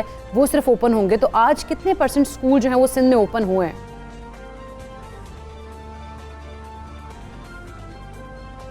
देखिए सिंध में खुलने वाले स्कूलों की तादाद तकरीबन 90% है। प्राइवेट इदारों की मैं बात कर रहा हूँ। चूंकि स्टाफ ने वैक्सीनेशन 23 सितंबर से पहले ही करवा ली, 23 अगस्त से पहले ही करवा ली थी वैक्सीनेशन, चूंकि पहले सिंध हुकूमत ने अनाउंस किया था कि स्कूल 23 अगस्त से खोले जाएंगे। उन्होंने एक परफॉर्मा भी जारी किया था जिसे तमाम प्राइवेट स्कूल्स ने अपनी एसोसिएशंस के थ्रू फिल करके हुकूमत को जमा भी करवाया हुआ, और हमारे तमाम स्कूल्स अल्हम्दुलिल्लाह अराउंड 90% वैक्सीनेटेड हैं। जो 5 से 10% असातिज़ा है उनके साथ कोई मेडिकल हिस्ट्री है, कुछ उनके डॉक्टर्स से कंसर्न्स हैं, कोई हाइपरटेंसिव हैं जिसमें ये वैक्सीन नहीं लगाई जा रही, चंद केसेस में, मतलब बहुत थोड़े से केसेस हैं जिसमें वैक्सीनेट नहीं हुए, लेकिन अक्सरियत हमारे असातिज़ा की और स्कूलों की वैक्सीनेट हो चुकी है। अच्छा ठीक है इमरान वदूद साहब, आज पहला रोज़ था, पेरेंट्स का आपने क्या देखा कि रुझान क्या रहा, कितनी तादाद में बच्चे आए? 50% बच्चों को बुलाना था, आप समझते हैं कि रिस्पॉन्स बहुत अच्छा रहा?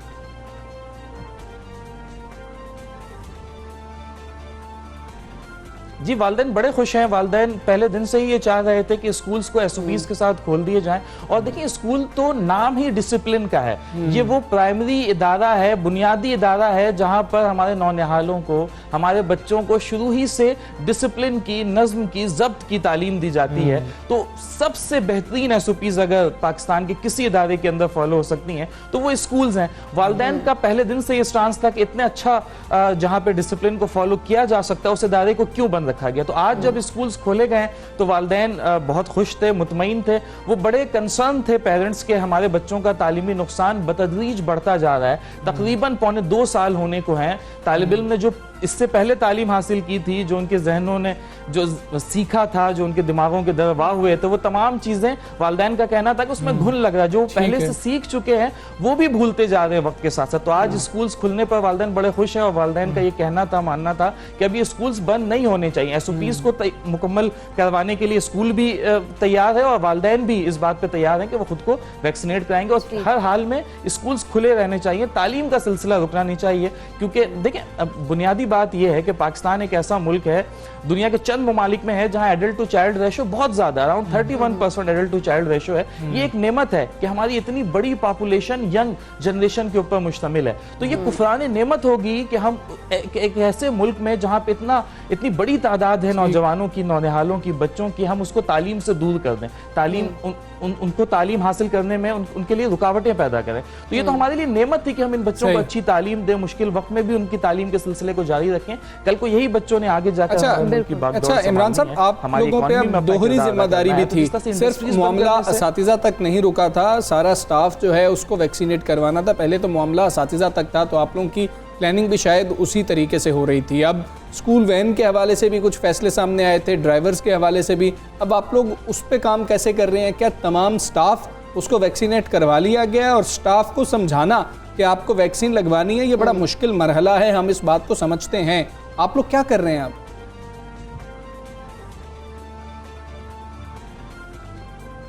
जी दुरुस्त फरमाया आपने। देखें बहैसियत कौम हमारा एक अलमिया है कि हम कॉन्स्पिरेसीज को जल्दी अडॉप्ट करते हैं और हम हर चीज़ में साजिशी पहलू को पहले तलाश करते हैं। तो जिस तरह से सोशल मीडिया पे मुख्तलिफ खबरें गर्दिश करती रहीं, कोई एक नोबेल इनाम याफ्ता वो लौटेंगे, उनका भी एक बयान आया कि वो 2 साल के बाद तमाम लोग मर जाएंगे, इस तरह की बहुत सी। तो हम साजिशों को, हम हर चीज़ में साजिश की चीज़ को पहले तलाश करते हैं। तो ये जो एक माइंड सेट है, इसकी वजह से यकीनन आप दोस्त कह रहे हैं हमें मसाइल का सामना करना पड़ा आगाज़ में, लेकिन बतदरीज हमने तवातुर के साथ उनकी जहन साजी की, उन्हें इस बात पे आमादा किया, उन्हें आगाह किया, वैक्सीन उन्हें बताया हमने कि भाई इस वैक्सीन में है कि इसमें एंटीबॉडीज ही क्रिएट करने के लिए ये वैक्सीन आपको दी जा रही है और तमाम दुनिया में ये लोग लगा रहे हैं और मैंडेटरी होती जा रही है। तो इसका दूसरा कोई रास्ता है नहीं। आगे चलकर मोबाइल सिम्स भी बंद कर दी जाएंगी, शनाख्ती कार्ड ब्लॉक कर दिए जाएंगे, तो दूसरा कोई रास्ता बचता नहीं था। तो आहिस्ता आहिस्ता शुरू में परेशानियां तो हुई, लेकिन बतदरीज हमने इस टास्क को मुकम्मल किया।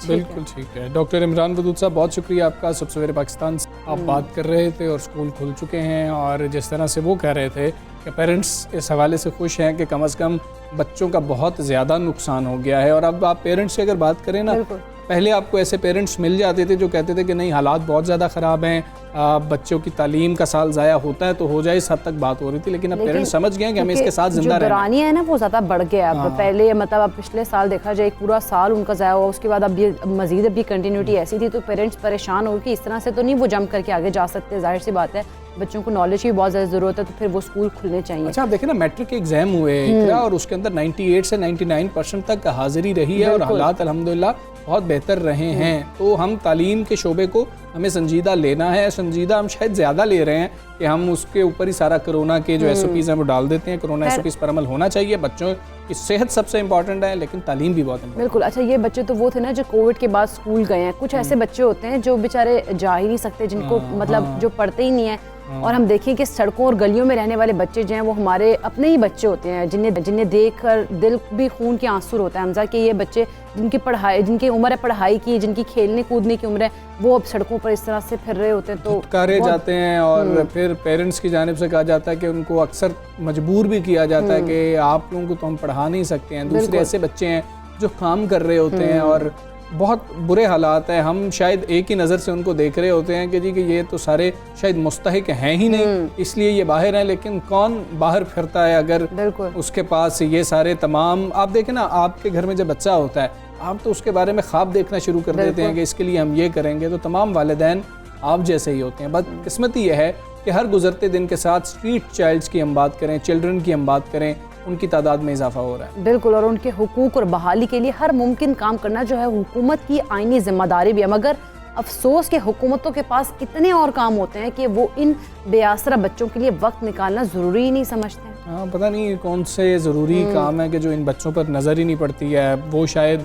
सड़कों पर सफ़र ही नहीं करते हैं, जो ये फैसले कर रहे होते हैं, पॉलिसी साजी कर रहे होते हैं, उनको ये बच्चे मांगते हुए, काम करते हुए हम देखें तो छलियाँ बेचते हुए, वहाँ पर अब देखें पानी की बोतलें गर्मियों में बेचते हुए, अब क्या चीज़ मतलब पापड़ बेचते हुए नज़र नहीं आ रहे होते। एक अंदाजे के मुताबिक 5 से 16 साल की उम्र के 2 करोड़ 80 लाख बच्चे स्कूल से बाहर। अच्छा, जिनमें से 15 लाख से ज़ायद बच्चे सड़कों पर हैं इस वक्त। और कोरोना पाकिस्तान की क्योंकि मईशत में मनफी रुझान बशमूल बढ़ती हुई बेरोज़गारी, ज़रूरियात और यूटिलिटी सर्विसेज की कीमतों में बड़े पैमाने पर इजाफे ने इस इदाद-ओ-शुमार को नुमायां तौर पर बुलंद भी किया है। और सड़कों पर बच्चों की मौजूदगी ख़ानदानी ढांचे, समाजी और मुआशी हालात के साथ किसी गहरी परेशानी की निशानदेही कर रहे हैं। वैसे भी हम स्ट्रीट चिल्ड्रन की बात करें, उनकी हिफाजत को पाकिस्तान में हालिया वाक़यात के तनाजुर में देखने की बहुत ज़्यादा ज़रूरत है। हम सिर्फ बच्चियों की बात नहीं कर रहे, बच्चों की भी बात कर रहे हैं। जिस तरह के केसेस रिपोर्ट होते हैं ये आप सब अच्छी तरह से जानते हैं। पाकिस्तान ने हाल ही में बच्चों के साथ ज्यादती के वाक़यात में अफसोसनाक इजाफा हमने देखा है और सड़कों पर घूमते फिरते ये बच्चे बेखबर हैं कि कब कौन उन्हें किस जुर्म में इस्तेमाल कर ले और ये अदम तहफ़्फ़ुज़ के एहसास के साथ ज़िंदगी गुजारने पर मजबूर है। बिल्कुल, ये सूरत हाल है। हम इस सारी सूरत हाल पर बात करेंगे। Chairperson child protection bureau Punjab सारा अहमद साहब हमारे साथ मौजूद हैं। अस्सलाम वालेकुम सारा साहिबा, ऐसी नौबत ही क्यों आती है कि बच्चे जो हैं वो सड़कों पर आ जाते हैं? आखिर बच्चों को सड़कों पर आने की आप क्या समझती हैं? कौन कौन सी वजूहात हो सकती हैं कि बच्चे बेचारे सड़कों पर आने पर मजबूर हो जाते हैं, वहाँ काम कर रहे होते हैं? हमारा एक थर्ड वर्ल्ड डेवलपिंग कंट्री है पाकिस्तान, जिसमें हम रहते हैं और यहाँ पे बदकिस्मती से गुर्बत है बहुत ज़्यादा और पढ़ाई का फुकदान है, तालीम का फुकदान है, आगाही नहीं है। तो होता यह है कि लोगों की जो पुअर इकोनॉमिक कंडीशंस हैं और एक ओवर पॉपुलेशन, जो कि मुझे सबसे बड़ा वजह वायलेंस अगेंस्ट चिल्ड्रन के पीछे नज़र आता है, वो है ओवर पॉपुलेशन जो हमारे मुल्क में है। एक कपल जो कि अफोर्ड भी नहीं कर सकता, उनके पास 6-7 बच्चे हैं और वो उनको पढ़ा नहीं सकते, उनका ख्याल नहीं, देखभाल नहीं कर सकते। इन वजूहात जो बेसिक है, इनकी वजह से ये माँ बाप ही हैं जो बच्चों को सड़कों पे और स्ट्रीट्स पे भेजते हैं कि वो भीख मांगे, और इससे इनका पूरा एक ज़रिए आमदन बना हुआ है और ये पूरा एक बिजनेस है जो ऑपरेट हो रहा है। ये वजूहात हैं जिसकी वजह से ये बच्चे सड़कों पे हमें नज़र आते हैं, कभी भीख मांगते हुए, कभी रैक पिकर्स नज़र आते हैं, कभी मास्क बेच रहे होते हैं, गाड़ियों के शीशे साफ कर रहे होते हैं। डिफरेंट हमें वो तरीके अपनाते हैं पैसे कमाने के लिए। और क्योंकि अगर वो माँ बाप स्कूल में डालेंगे बच्चों को तो वहाँ से उनको कमाई नहीं मिलती है, तो उन्हें प्रॉपर एक बिजनेस चला रहे हैं वो अपने बच्चों के ज़रिए, क्योंकि वो उनको नहीं पाल सकते, क्योंकि वो ऑफ कोर्स पॉवर्टी का शिकार है। ठीक है सारा साहिबा, वैसे तो आप पंजाब ब्यूरो की चेयरपर्सन है, लेकिन पाकिस्तान का डेटा भी आपके पास होगा, कितने स्ट्रीट चिल्ड्रन पाकिस्तान में हैं, और चाइल्ड प्रोटेक्शन ब्यूरो की बात की जाए इस हवाले से क्या मालूमात हैं, पंजाब के भी हमें बता दीजिएगा कि नंबर्स क्या हैं। ये सारे मसाइल हम जानते हैं, हमें बच्चे नज़र आते हैं मास्क बेचते हुए, हुकूमती सतह पर लाएअमल क्या बनाया गया? आपने जहाँ तक बात की कि कितने स्ट्रीट चिल्ड्रन हैं पाकिस्तान में, तो तकरीबन 15 लाख के अराउंड ये ऐसे बच्चे हैं जो सड़कों पर हमें नज़र आते हैं पूरे पाकिस्तान में, अकॉर्डिंग टू रिसर्च। और अगर सिर्फ पंजाब की बात की जाए तो कोई 1.5-2 लाख बच्चे हैं ऐसे जो अभी पंजाब में सड़कों पर मौजूद हैं और डिफरेंट तरीक़ों से वो पैसे कमाने की कोशिश करते हैं, या वैसे ही वो वहाँ पे रहते हैं। तो जिसमें भिखारी बच्चे भी हैं, जिसमें डिफरेंट जो चीज़ें सेल कर रहे होते हैं बच्चे, उनको भी अगर आप काउंट करें तो ये टोटल जो है वो 1.5-2 लाख की जो है वो बनते हैं बच्चे। और इसके लिए गवर्नमेंट क्या प्रिवेंटिव मेजर्स अपना रही है इसको रोकने के लिए, तो वो तो ये हमारा पूरा जो चाइल्ड प्रोटेक्शन ब्यूरो है ये कायम ही इसीलिए किया गया, और ये वाहिद हुकूमती इदारा है पूरे पाकिस्तान में जो कि पंजाब में हुकूमत पंजाब के अंडर आता है और चीफ मिनिस्टर की सपोर्ट के साथ काम कर रहा है। और अभी तक अगर आप बात करें तो पिछले 1 साल में हमने 6000 से ज़ायद ऐसे ही स्ट्रीट चिल्ड्रन, जिसमें चाइल्ड बेगर्स, जिसमें लॉस्ट बच्चे जो अपनी फैमिली से बिछड़ जाते हैं, जिसमें अब्यूज़ के शिकार विक्टिम्स, और इन सब को हमने रेस्क्यू किया है, अपने पास रिहेबिलिटेट किया है और फिर उनकी फैमिली से वापस मिलवाया है। तो हमारा यही काम है, यही हुकूमत कर रही है कि वो खुद ऐसे बच्चों को ऑफर दे रही है कि आप अब सड़कों पे मत रहें, आप आइए ब्यूरो में, हम आपको तालीम, तरबियत, खाना पीना, पढ़ाई सब कुछ हम देंगे, आपको हुकूमत देगी और आपका ख्याल रखेगी। अच्छा साहिबा, अगर हम देखें कोई कोविड की वजह से आउट ऑफ स्कूल बच्चे जो हैं उनकी तादाद में तो इजाफा हुआ ही था, लेकिन उसके बाद उनके बढ़ने के बाद साथ साथ हम देखते हैं कि जो स्ट्रीट चिल्ड्रन हैं उनमें भी इजाफा देखा गया। आप क्या समझते हैं इन बच्चों की मौजूदगी जो है वो कौन कौन से जुराइम को जन्म दे रही है?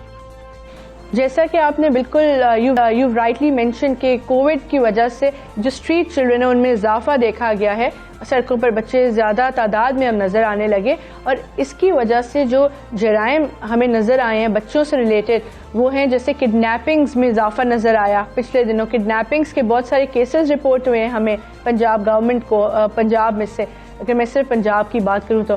उसके अलावा सेक्सुअल अब्यूज़, क्योंकि देखें जो स्ट्रीट चाइल्ड होता है वो ज़्यादा वल्नरेबल होता है कि उसके साथ किसी भी किस्म का अब्यूज़, टॉर्चर, सेक्सुअल अब्यूज़ हो सके, क्योंकि वो तो बेयारो मददगार सड़क पे उसकी कोई हिफाजत नहीं कर रहा होता।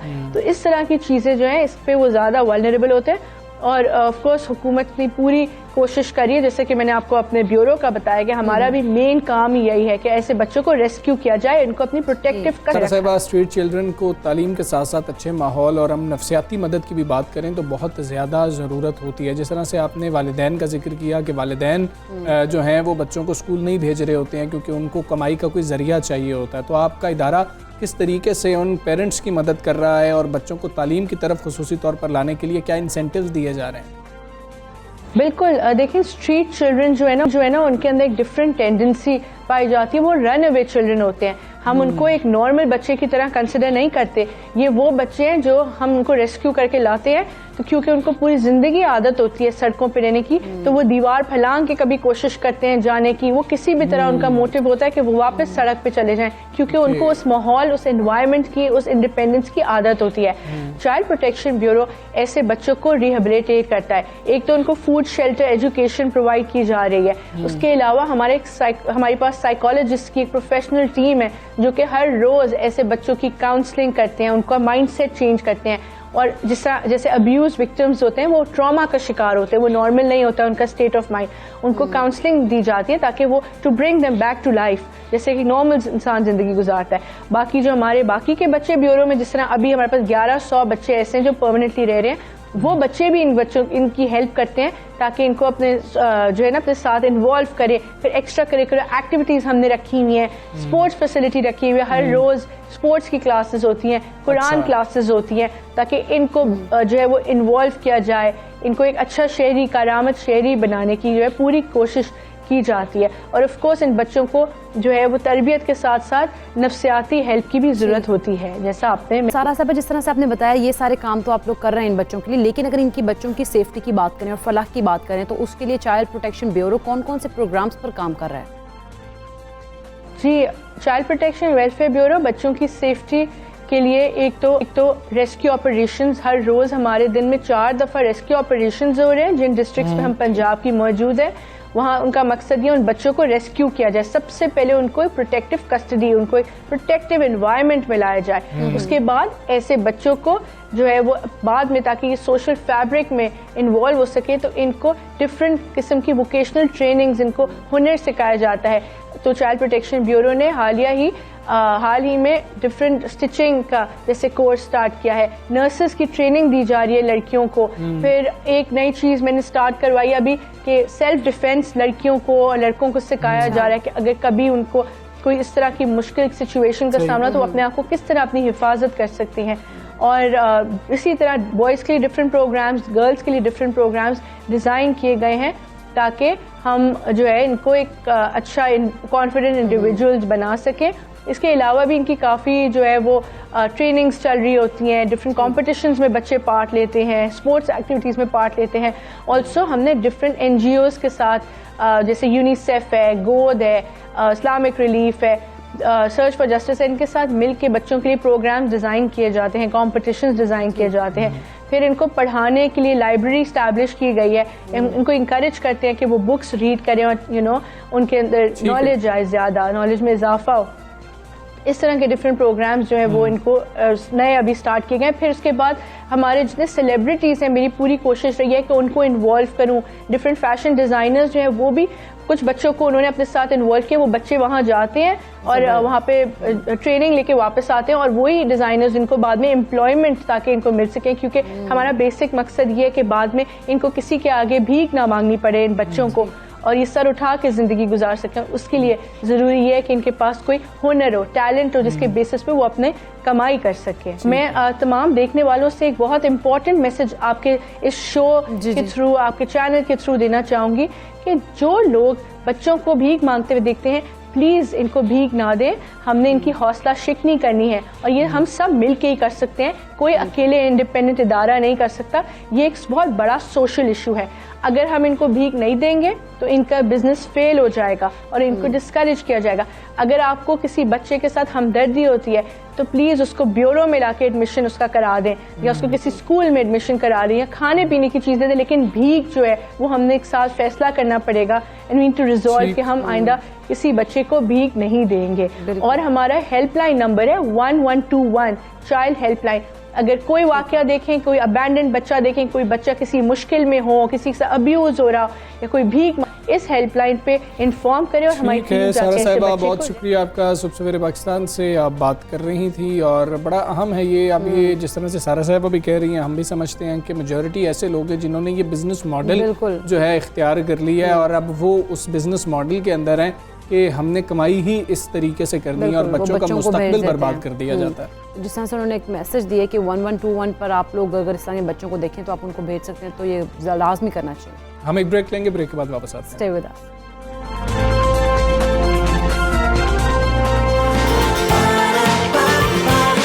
सुबह सवेरे पाकिस्तान, सुबह सवेरे पाकिस्तान।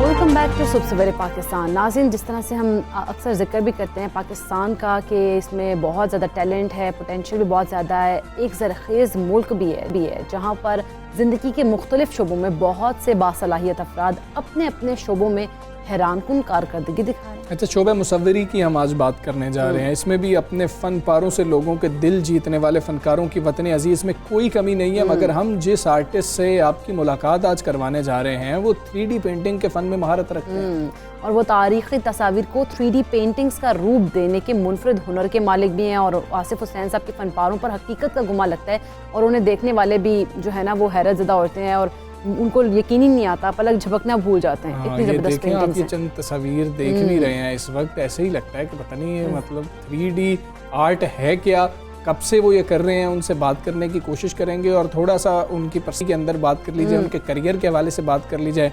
वो भी एक ट्विस्ट है। हमारे साथ 3D artist colonel retired Asif Hussain साहब मौजूद हैं। आसिफ हुसैन साहब अस्सलाम वालेकुम, गुड मॉर्निंग। आसिफ हुसैन साहब, पहले तो ये अपने आर्ट के हवाले से बताएं। हमने जिस तरह से बताया कर्नल रिटायर्ड हैं, किस तरीके से इसको करते रहे, शौक कब से था?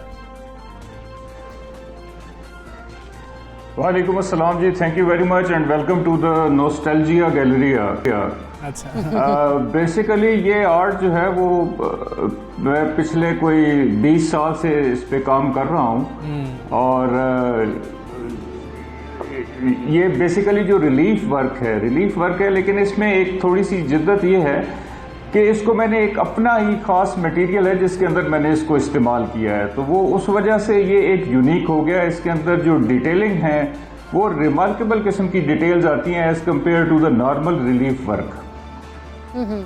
ठीक है। अच्छा कर्नल साहब, हमने देखा है कि आपने बहुत सारी जो तस्वीर हैं, जो आपकी पेंटिंग्स हैं 3D, वो बहुत सारी वो हैं जो कि तारीख़ी हैं। क्या कोई ख़ास वजह तारीख़ी तस्वीर को लेने की? बेसिकली जो मेरी गैलरी है उसका नाम है नॉस्टैल्जिया गैलरी और जो इसका लोगो है वो है a portal to the past. तो मैंने एक पोर्टल बनाया है to the past in the shape of in these 3D sculptures. तो मेरा इरादा भी यही है, आइंदा इंशाल्लाह अगर अल्लाह ताला ने मुझे मौका दिया तो मैं इसी पे काम करके पाकिस्तान में जो भी पुरानी हिस्ट्री हमारी है या जो बिल्डिंग्स हैं उनके ऊपर मैं काम करता भी हूँ और करूँगा भी इंशाल्लाह, ताकि ये जो बिल्डिंग्स हैं और ये जो हमारी हिस्ट्री है इसको किसी शेप में प्रिजर्व कर दिया जाए और इसको ऐसे प्रिजर्व कर दिया जाए ताकि वो मिनिएचर में हो, आपके हैंडी हो, उसको कहीं पे भी आप इस्तेमाल कर सके। क्या बात है कर्नल साहब, इंस्पिरेशन क्या है? मतलब कहाँ से इंस्पिरेशन लेते रहे और अपने करियर के साथ भी आपने इसको जारी रखा था?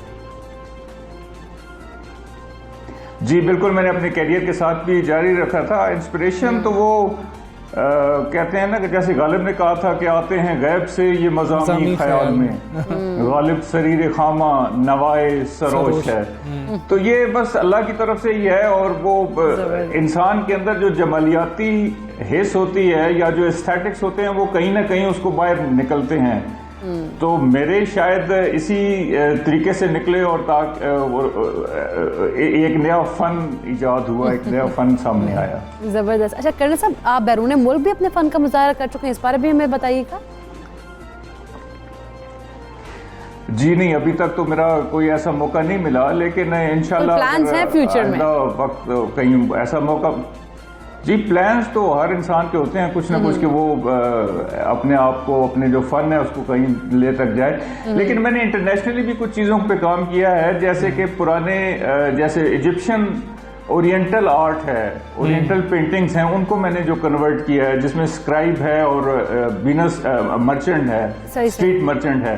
तो ऐसी पेंटिंग्स हैं जो कि आज से कोई 100 साल से पहले बनाई गई। इसके अलावा मैंने जो रशियन जार हैं पीटर द ग्रेट, उनकी जो एक पेंटिंग है, बड़ी खूबसूरत पेंटिंग है जिसमें पीटर द ग्रेट और उनका बेटा खड़े हुए हैं और एक इन्वेस्टिगेशन हो रही है, वो उसके पीछे एक पूरी हिस्ट्री है। तो वो एक दिन मैं एक टीवी पे प्रोग्राम देख रहा था और एकदम वो पेंटिंग सामने आई तो उसने मुझे बहुत फैसिनेट किया, तो फिर मैंने उस पेंटिंग को कन्वर्ट किया और वो भी एक बड़ा अच्छा खूबसूरत जो है ना वो पीस है आर्ट का। ठीक है। अच्छा कर्नल साहब, कोई भी आर्टिस्ट होता है वो जब कोई भी फ़नपारा तश्कील दे रहा होता है, उस पर मेहनत कर रहा होता है, तो उसको आखिर में सिर्फ एक चीज़ चाहिए होती है, दिली तस्कीन तो उसको मिल ही रही होती है जब एक अच्छी चीज़ सामने आ जाती है कि कोई उसकी तारीफ़ करने वाला, कोई सराहने वाला, कोई वेरी गुड कहने वाला हो। पहली बार आपको क्या याद पड़ता है कि क्या चीज़ आपने जो है वो बनाई थी और उस पर दाद किसने दी थी, जिसने हौसला अफजाई बहुत ज़्यादा की? जी हाँ, ये बहुत पुरानी बात है। जब जुल्फ़िकार अली भुट्टो को एसेसिनेट फांसी दी गई थी उस ज़माने में, तो मैं तकरीबन शायद मैट्रिक में था। अच्छा। तो उस वक्त मैंने उनकी एक पेंटिंग बनाई थी अपने हाथ से, और वो काफ़ी अर्सा मेरे ड्राइंग रूम में लटकी रही थी। तो मुझे मेरे घर वालों ने बहुत अप्रिशिएट किया था कि तुम्हारे अंदर तो कोई है, सलाहियतें हैं।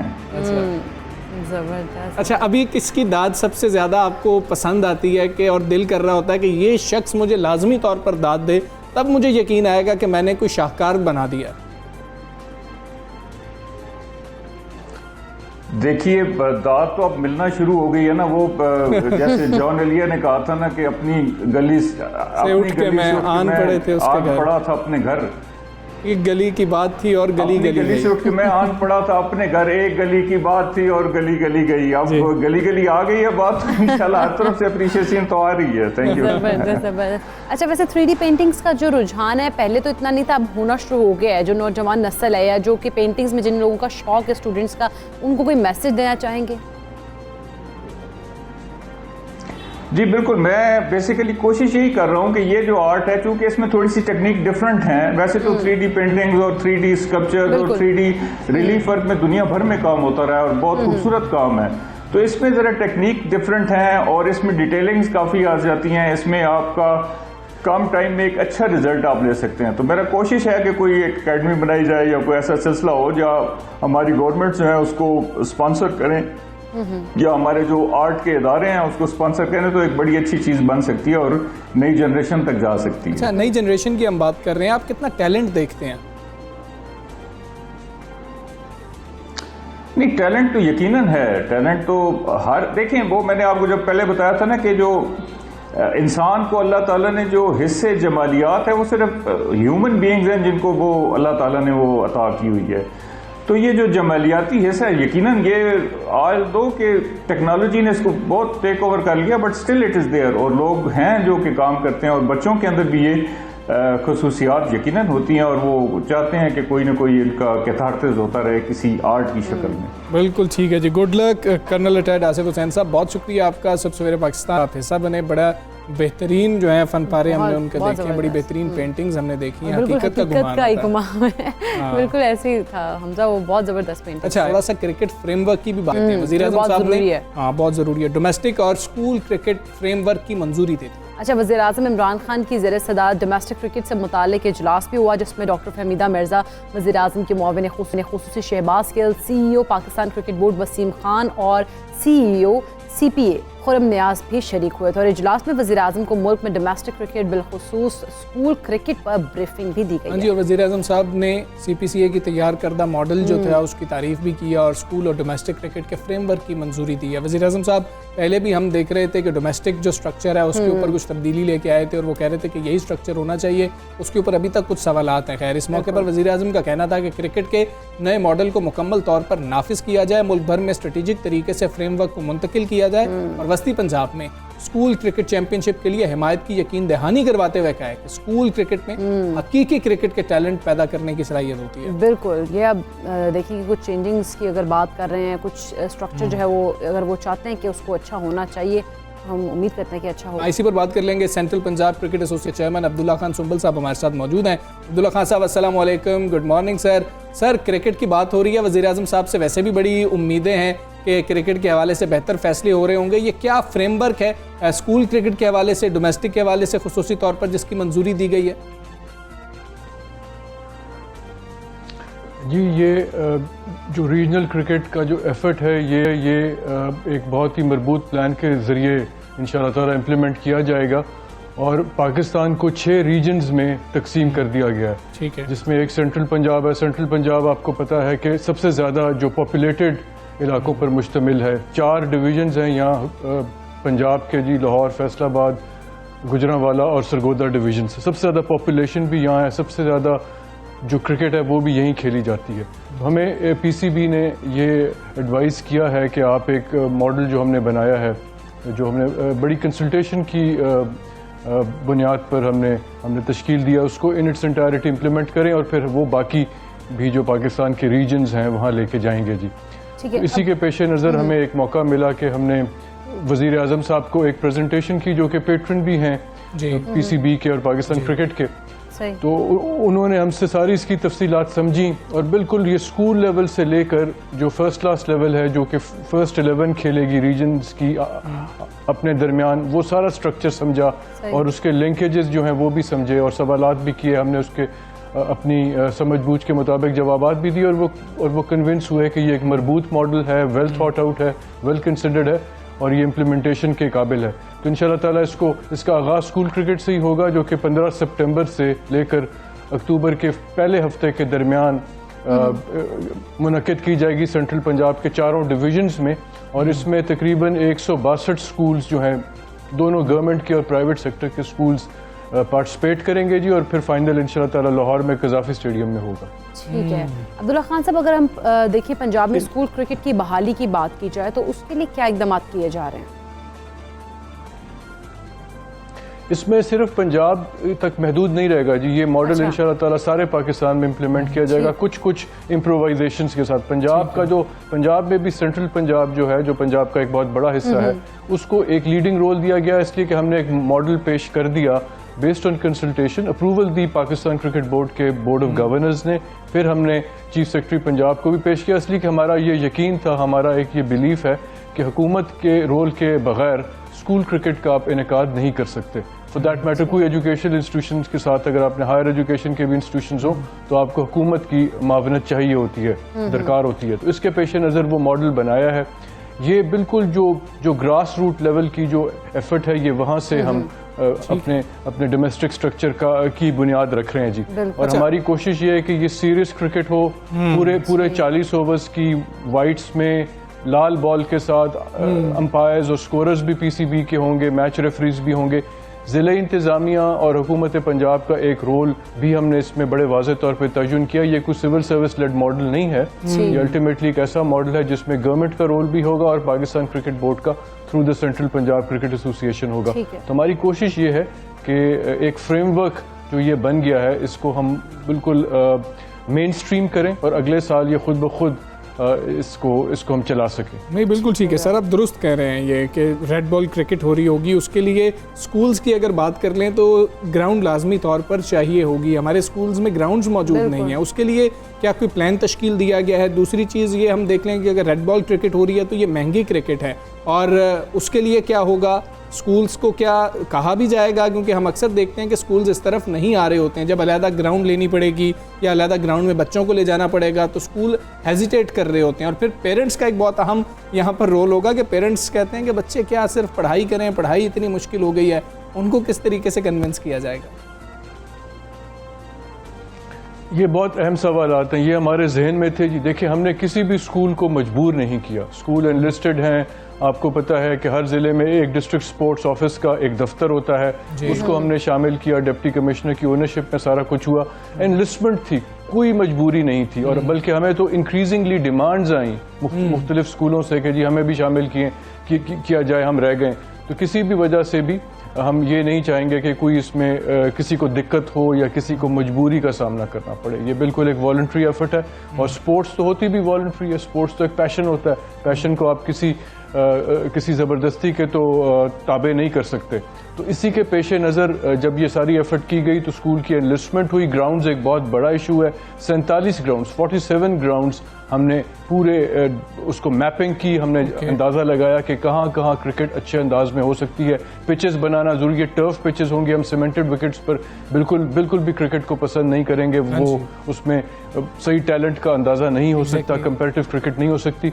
इसके बावजूद 18 अजला हैं इन 4 डिवीजन्स में, 2 ज़िलों में कोई टर्फ विकेट वाला ग्राउंड एग्जिस्ट नहीं करता, तो वो अब हम बनवा रहे हैं पीसीबी के ताउन के साथ, ज़िले इंतज़ामिया के ताउन के। 2 ज़िले हैं, ननकाना साहिब और खुशाब। और जहाँ तक बात है कि तालीमी हवाले से कोई इसमें नुकसान का अंदेशा हो, बिल्कुल नहीं होगा। ये हमने वो वाला पीरियड का इंतखाब किया है, मिड सितंबर टू अर्ली अक्टूबर, जो कि तालीमी हवाले से एकेडमिक साइकिल में ज़रा लीन पीरियड होता है और उसमें बच्चों की तालीमी जो एक्टिविटीज़ होती हैं उसमें हम कोई मुदाखलत नहीं करें, उसका कोई हर्ज नहीं होगा। ये हमें यकीन है तमाम एजुकेशनल इंस्टीट्यूशंस ऑन बोर्ड हैं, इवन प्राइवेट सेक्टर के जो स्कूल्स हैं वो भी टोटली ऑन बोर्ड हैं। सर एक और अहम मामला है, हम देखते हैं कि बच्चे बहुत ज़्यादा खेलों के अंदर हिस्सा ले रहे होते हैं स्कूल्स के अंदर, जिन स्कूल्स के अंदर बाकायदा तौर पर खेलों का एक कहा जाए पीरियड भी रख दिया जाता है, फिर अगर हम हफ्तावार देखें तो उनको गेम्स खिलाई भी जा रही होती हैं, लेकिन वो बच्चे जब कॉलेजेस में जा रहे होते हैं कोई ऐसा सिस्टम मौजूद नहीं होता, वो सिर्फ पढ़ाई के अंदर रह जाते हैं। अगर ख़ासतौर पर हम FSC के स्टूडेंट्स की बात कर रहे हों, अब कुछ वजीफ़ा भी दिया जाएगा इन बच्चों को, क्योंकि पेरेंट्स अफोर्ड नहीं कर सकते, ये बच्चे कंटिन्यू नहीं कर सकते हैं, वजीफ़ों के मामलात इसमें आ जाते हैं। जो बच्चे अच्छा परफॉर्म कर रहे होंगे उनको वजीफ़े दिए जाएंगे। ये आपने बहुत अच्छा किया, ये सवाल कर लिया, इसलिए कि पिछले सवाल में ये शायद थोड़ा सा जवाब रह गया था। देखिए फंडिंग भी इसमें गवर्नमेंट की रिस्पॉन्सिबिलिटी है, लोकल गवर्नमेंट एक्ट को हमने उसका मुताला किया, उसको ज़ेर गौर लाए और उसके अंदर बड़ी क्लियर प्रोविजंस हैं कि हुकूमत, लोकल गवर्नमेंट दैट इज़ एक ज़िला की गवर्नमेंट बिल्कुल पाबंद है कि वो स्पोर्ट्स पे फंड करे। स्पोर्ट्स में ऑब्वियसली वो क्रिकेट डोमिनेट करता है, इसलिए कि पाकिस्तान की सबसे बड़ी खेल यही है जी। तो इसके पेश नज़र किसी को कोई फंड्स का इशू नहीं होगा, कोई भी प्राइवेट या गवर्नमेंट का स्कूल कोई फंड रेजिंग नहीं करेगा तो बच्चों के या बच्चों के वालिदैन पे कतन कोई प्रेशर नहीं आएगा। और देखें अच्छा स्टूडेंट तो वही होता है जो बैलेंस कर सके अपनी एकेडमिक एक्टिविटीज़ को, एकेडमिक लाइफ के साथ को, स्पोर्ट्स को। और अच्छे स्पोर्ट्समैन बहुत जगह अच्छे स्टूडेंट्स भी होते हैं, तो इसमें कोई इस किस्म की कॉन्ट्रडिक्शन या कॉन्फ्लिक्ट नहीं होना चाहिए और नहीं हुआ करता था। अनफॉर्चुनेटली स्कूल्स में स्पोर्ट्स का जो रुझान है वो कम होता चला गया और ये पाकिस्तान में स्पोर्ट्स की जो इतनी बड़ी डिक्लाइन है उसकी एक बहुत बड़ी वजह भी है। सर टीवी पे आने का शौक तो सब बच्चों को होता है, इसको हम लेके आगे चले। सर टीवी पे आने का शौक सब बच्चों को होता है और हम अक्सर देखते हैं कि जब मैचेस हो रहे होते हैं तो ये बहुत ज़्यादा उनको मोटिवेट करेगा। अगर फाइनल कज़ाफ़ी स्टेडियम में हो रहा होगा वो बाकायदा नशर किया जाएगा ताकि जो टैलेंट है, स्कूल्स का जो टैलेंट है वो हम देख सकें अपनी स्क्रीन के ऊपर।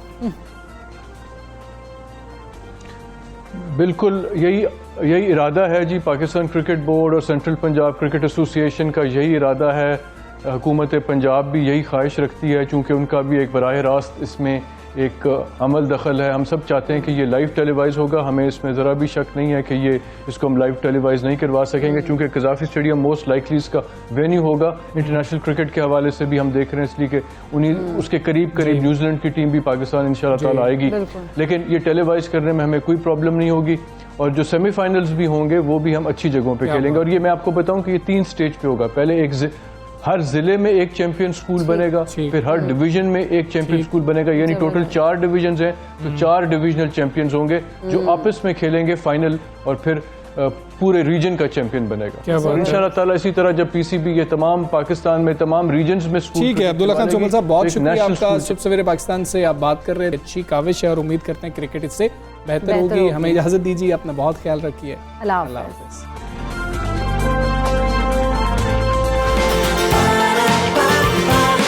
सुबह सवेरे पाकिस्तान।